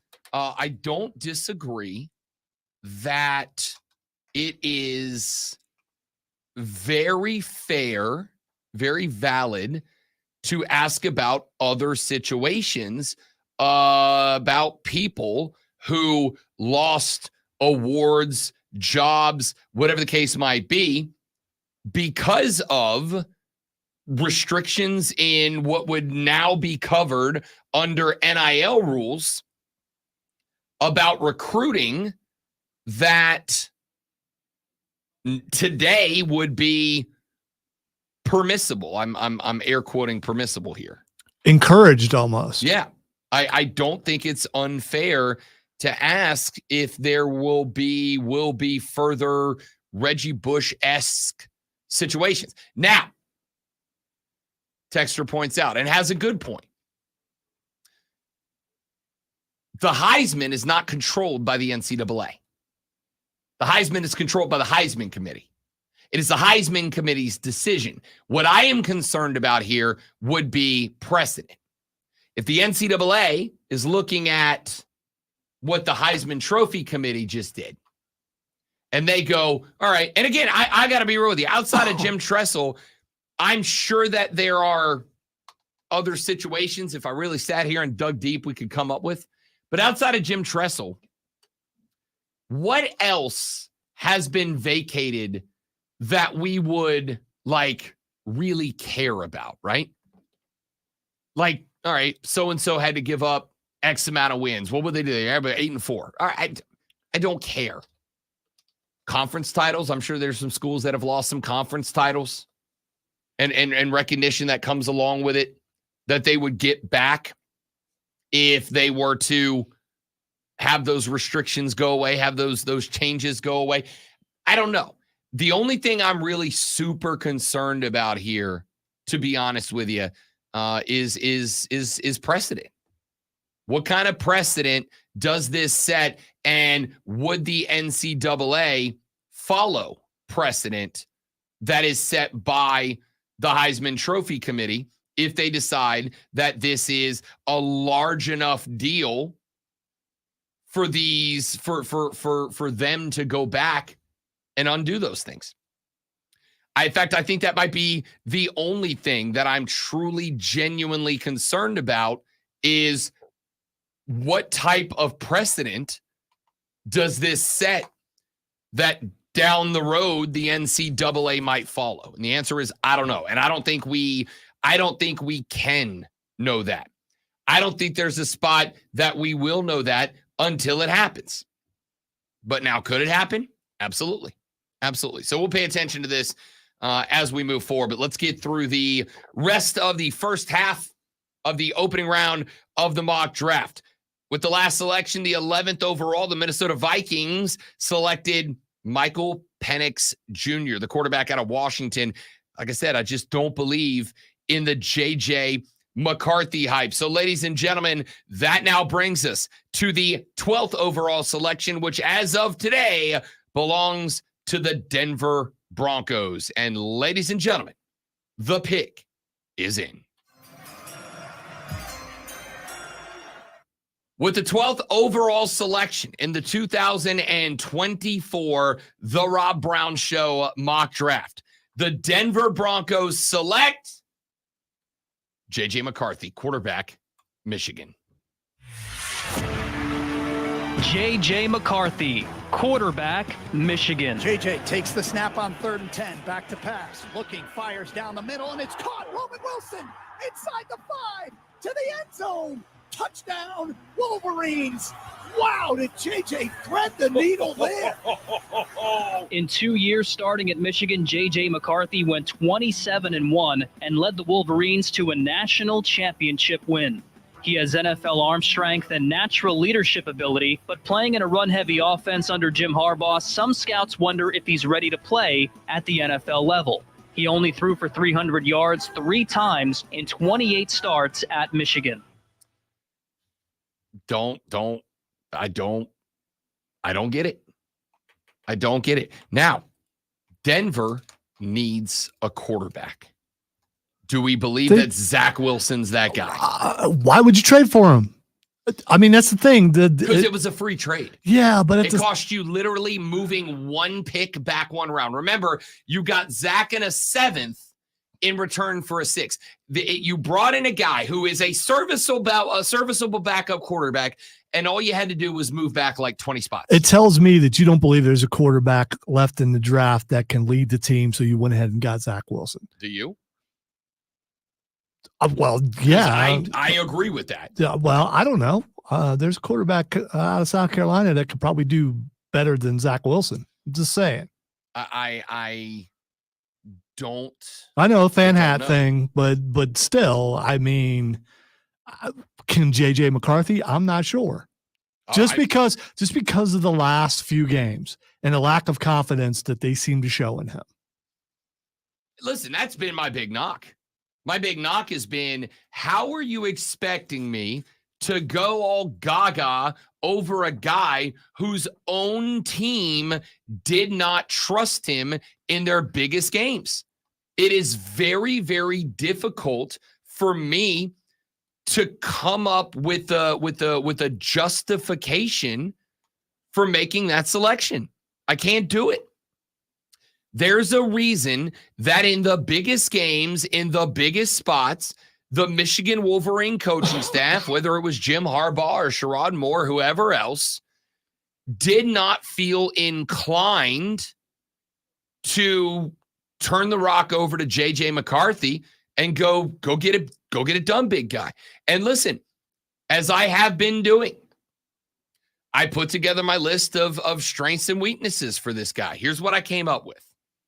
As far as strength goes, he is absolutely dialed in. We all saw during the championship run his Zen meditation next to the what do you call the thing? Goalpost. For God's sakes, what's wrong with me? Next to the goalpost. Might be a little hot in there. It's freaking hot. This might be just a little bit. We all saw that. He's locked in for sure. I don't love when the hypest thing about a QB is their intangibles. Oh, he's real gritty. Yeah, it's great. Can he throw a 12-yard out route? Like, if he can, I don't know. I will say that he has got a lot of experience in a pro-style offense. Some of these guys don't. I will say that he is very good about anticipation of a window opening. We've seen that. But again, you still got to make the decision that that's the window I want to go to. That's the guy I got to get to. I don't trust that. So what are the weaknesses? Number one, he gets stuck on the first read. Now, maybe that's a consequence of having Roman Wilson out there with him, a go-to guy, a first-round wide receiver at the National Football League level. Maybe he only went through one read frequently because he only had to. Roman was always open. That is a very distinct possibility. Number two, I think his arm strength is okay at the best. I do not think that he has the same capabilities with the football that a lot of other guys do. And I think that that presents down the road a problem for him. Number three, I think he very frequently ends up leaving thrown footballs behind other guys, behind wide receivers. I think he misses targets regularly, to be honest with you. And I think that is a problem. That is one of the big concerns that you have with this cat. The reality that he's not an excellent passer of the football into particular areas. He's just not. What else is wrong with J.J. McCarthy? When he throws a deep ball, he puts like miles of air underneath it. That's not going to do it either. That won't work. I can't have you in a spot where I get you a wide receiver, he pops down the sideline, and you throw a ball that drops more slowly than the Times Square New Year's Eve ball. I can't have that. The ball has got to freaking get there, man. And he's not that kind of arm. I don't get it. I don't understand it. It feels to me like this is a pick that is made out of, well, he won the Natty, he must be good. And I don't see that being the case here.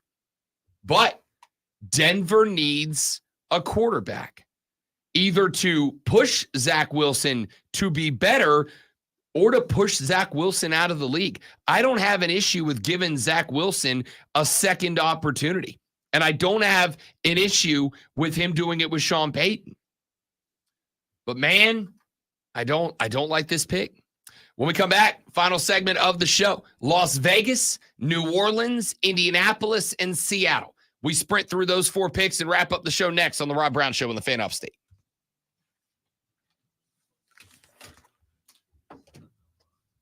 I left my water and I'm overheating because I'm fat.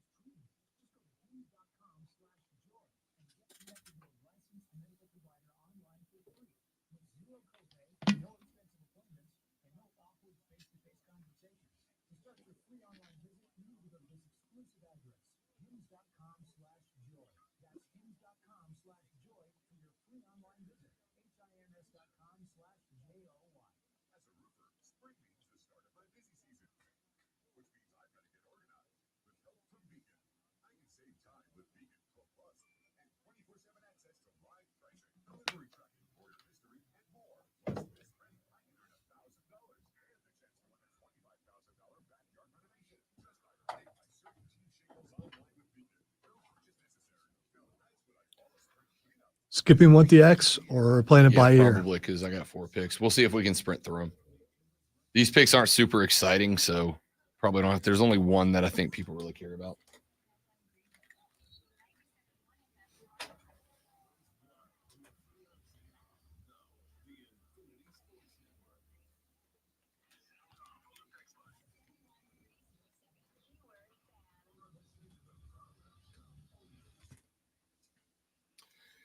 Final segment of the show. 4 picks to sprint through here.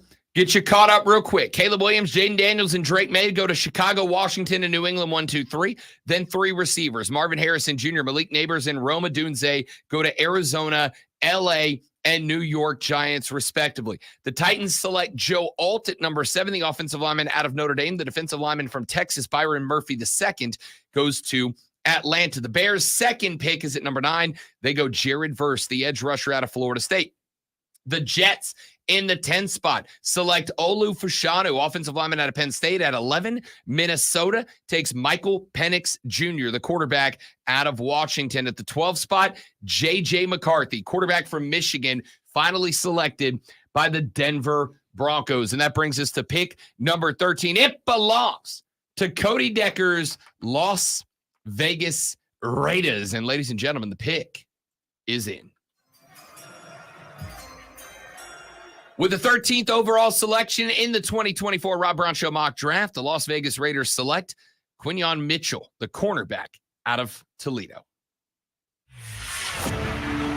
Quinyon Mitchell, cornerback, Toledo. Over the last 2 seasons, Mitchell was one of the most dominant cornerbacks in college football. He has ideal measurables and great size at 6 foot and 196 pounds. An elite man-to-man corner, Mitchell can also create turnovers with great ball hawking ability. He'll face a huge jump in competition coming from a group of 5 school, but scouts believe he's ready for the challenge. So do I. There's some growth needed out of this. This is one of the first truly developmental picks that I think is going to be made, but I really do like Quinyon Mitchell. There's a couple of things about his game that are great. He is just a physical player. He is very nimble. He changes directions with routes as well as anybody in this draft. He is a dude who has a real nose for the ball in terms of jump ball routes. You're not going to get a lot of wide receivers that are going to be able to just out jump ball him naturally. He gets up and he scratches at the football. Also an excellent open field tackler. He has the opportunity to not just be a great open field tackler, but to be an ace on punt teams as well. Weaknesses in the game? A couple of things. Number 1, I think a great route runner can break him down. He turns the hips too soon. You hit him with a good double move and you sell that double move, he'll fall for the double move. Got to get better at that. Number 2, he is not the best at a complicated route cover when he's in man. Like I said, double move guys that have a real feel for it, especially if it's a wide receiver that is given a flex route. That means he can just do what he wants, right? It's the trust between a quarterback and a wide receiver. When the wide receiver goes on a route and the quarterback looks and goes, already playing to the outside, I know my guy's going to break in. If he is covering a guy like that is making up the route as he goes, Quinyon Mitchell can get beat by that. He does not have great route anticipation. He's going to have to get better about learning what he can look for in the body of a wide receiver to tip him what direction he needs to go. And I think those are the things that he really needs to work on at the next level. I really do like the pick, but like I said, this is a development first-round pick, which you don't love to hear those words together. First-rounders should not need to be developed. But when you see a guy that has got the ceiling that this guy's physical properties give to him, this one I'm actually okay with. That brings us to pick number 14. On the clock, our New Orleans Saints have the number 14 selection. And ladies and gentlemen, the pick is in.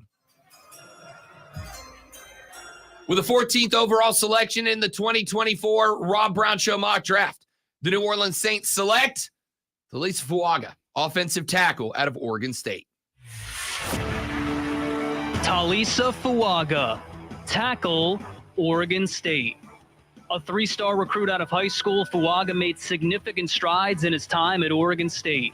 Standing at 6'6" and 334 pounds, he has the perfect size and build for the NFL. Run blocking is his specialty, dominating the line of scrimmage at the point of attack. At times, Fuaga can be overly aggressive, leading to mistimed blocks, but if corrected, he has a high ceiling as a pro. You give me a guy at offensive line that is over aggressive, and I can make something out of him. You give me a guy that overshoots blocks because he's trying to murder a defensive lineman, and I can make something out of that guy. The Saints got to go offensive line. The offensive line is falling apart. Trevor Penning never worked out at the left tackle spot. Ryan Ramczyk at the right tackle may never play football again. They're still waiting to see what this offseason shapes up to be for him. I love this guy. He is not just a behemoth at 340, one of the bigger incoming first rounders across the offensive line, but phenomenal pass block set.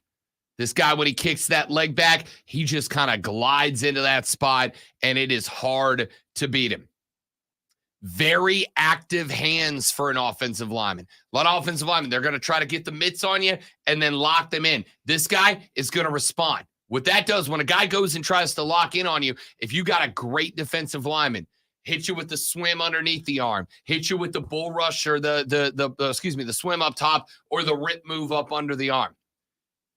This dude keeps the hands active. You might catch a hand and knock it off. It's coming right back. The hands stay wildly, wildly accurate. He is also very anticipatory of defensive linemen.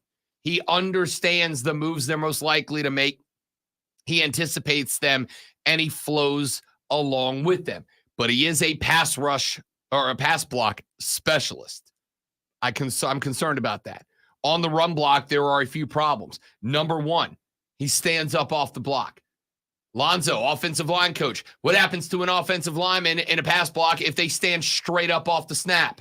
They get knocked back into the quarterback. They get knocked back into the quarterback. He does stand up tall. Again, this is something I can coach. You go get that old, remember the big iron square with the bars across the top? It's a cage, man. Yeah. That old drill. I got knocked out going through the cage. I think everybody does once. No, I literally, my helmet did. was too loose in college, and an All-American guard nailed me with a pad, and I woke up on the back of a golf cart. It was fun. The cage was a big steel square with an iron roof, like bars are solid, and the drill was to teach you to fire low off the football because you would get in a 3 or 4 point stance on one side, and the goal was to get through that cage as quickly as possible. But if you rise up, you're taking a nap. And there's also, you got to keep your head up when you come out, which Yep. is what I did not do. Yep. That's why I got, yeah. It is not just it is run and look and see your target. My coach used to do the drill. We would do that. And what he would do, great one, is while you were running from one end of the cage to the other, he would have a sign and he would flash it, and he would have a word or a picture or whatever, and he'd flash it at you. And when you came out the cage on the other side, you had to tell him what was on his little cheat sheet there. And if you couldn't, back to the end of the line, do it again. And you would run that drill over and over until you got through the cage in one movement, and you could pop out the other side and say, it was a horse. The word football, whatever. You had to tell him what it was, and that's how you got through it. I hope his writing was good. That was awful. Like a drunk doctor. Like a particularly drunk doctor. Couple of things I am concerned about. He can be when it is a slide protection. He's not excellent at slide protecting. Sometimes leans too much or not quite enough into his feet, and he gets a touch off balance. And the good news is it's only for a second, but 1 second can make all the difference in a pass rush. Talisa Fuaga going to the New Orleans Saints in the 14th spot. Let's go to pick number 15. Jim Irsay not going to be in the war room as he continues to recover from his medical issues of not too long ago. He's turning it over to the fellas, and they have sent me the pick. The Indianapolis Colts pick is in. I love this pick. I love this pick so much. I love this landing spot for this guy, and I love the guy he's hooked up with the 15th overall selection in the 2024 Rob Brown Show mock draft. The Indianapolis Colts select Brock Bowers, tight end, University of Georgia. Brock Bowers, tight end, Georgia. Dogs trying to drive down for a go-ahead score. We're knotted at 20. Clock approaching 3 minutes to go. Edwards in the backfield now with Beck. They snap it back. Carson throws. There's Bowers open at the 26. Breaks away at the 20 to the 10. Angles to the pylon. Touchdown, Brock Bowers. A dynamic playmaker, Bowers scored 31 touchdowns and racked up over 2,500 yards in 3 years at Georgia, helping them win consecutive national championships. With size, speed, and route running ability, he creates mismatches for defenses. An effective blocker, he can also contribute in the run game. Brock Bowers is a rare and versatile talent at his position. I love this for Anthony Richardson so much. Tight ends are a young quarterback's best friend. Tight ends are every quarterback's best friend when you get into certain spots. Brock Bowers can be a beast for the Colts. I love this spot. I love this pick for Brock Bowers. So, strengths and weaknesses. The strengths, almost everything. Almost everything. I do have a couple of weaknesses. The overwhelming majority. Brock Bowers, to me, first off, I will be shocked in the real draft on Thursday night. I'll be shocked if Brock Bowers is available at 15. I will be blown away. Somebody's trading up to go get this guy. I was trying to come up with a comparison. Initial thought was Travis Kelce. I don't think he's Kelce. You know who Brock Bowers reminds me of? Great one. George Kittle. He's more of a Kittle guy. A phenomenal pass catcher. Not a great route runner. It's the one profile aspect that we've had so far that I've actually disagreed with. He's not an excellent route runner. He's not very savvy with the routes. Precise route runner. The problem is for a tight end, you are running into the most jam-packed area of the field. I need you not to run the precise route. I need you to run the route where the coverage isn't. If it's a dump route, a seam route, a trail route, whatever, I need you to recognize, all right, that's where that guy is. I need to stay. I need to move over here.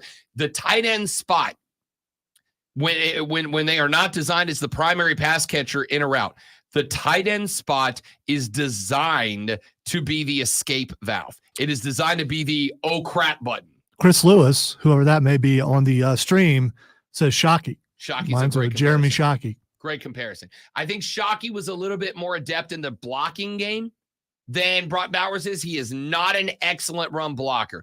Gets himself in good position, but gets beat very frequently in the run block game. That is my concern. But he is so damn valuable as a pass-catching tight end. The last guy that I think in terms of ability to catch that I've seen him compared to is Kyle Pitts, now with the Atlanta Falcons. I think Brock Bowers is a better pass-catching tight end than Kyle Pitts. The only reason Kyle Pitts is that guy is because he had the height and the size. And finally, ladies and gentlemen, we wrap it up with the 16th selection, the Seattle Seahawks. The pick is in. Seattle Seahawks in a much less sexy pick. They go with Troy Fountainu. He is an offensive lineman out of Washington. Troy Fautanu, tackle, Washington. A backup for his first 3 years, Fautanu emerged as a reliable edge protector for Michael Penix Jr. at Washington. He's extremely athletic for a lineman, using his agility and footwork to get leverage on opposing rushers. Fautanu is a bit short in stature for a tackle at just 6'4", and some scouts believe he'd work better as a guard in the NFL. But he does have the talent to develop as a tackle. This is a guy I really thought about taking for New Orleans, but Fuaga's just a beast on the outside. We will break those picks down, including a little more talk on Brock Bowers, because I think this guy might be a standout selection in this draft. And we'll run through picks 17 through 32 tomorrow, which is draft day. Ladies and gentlemen, send us your thoughts at The Rob Brown Show. For Lonzo, I am Rob. We'll see you back here tomorrow to do it all over again, but better on The Rob Brown Show and the radio program later. Yeah.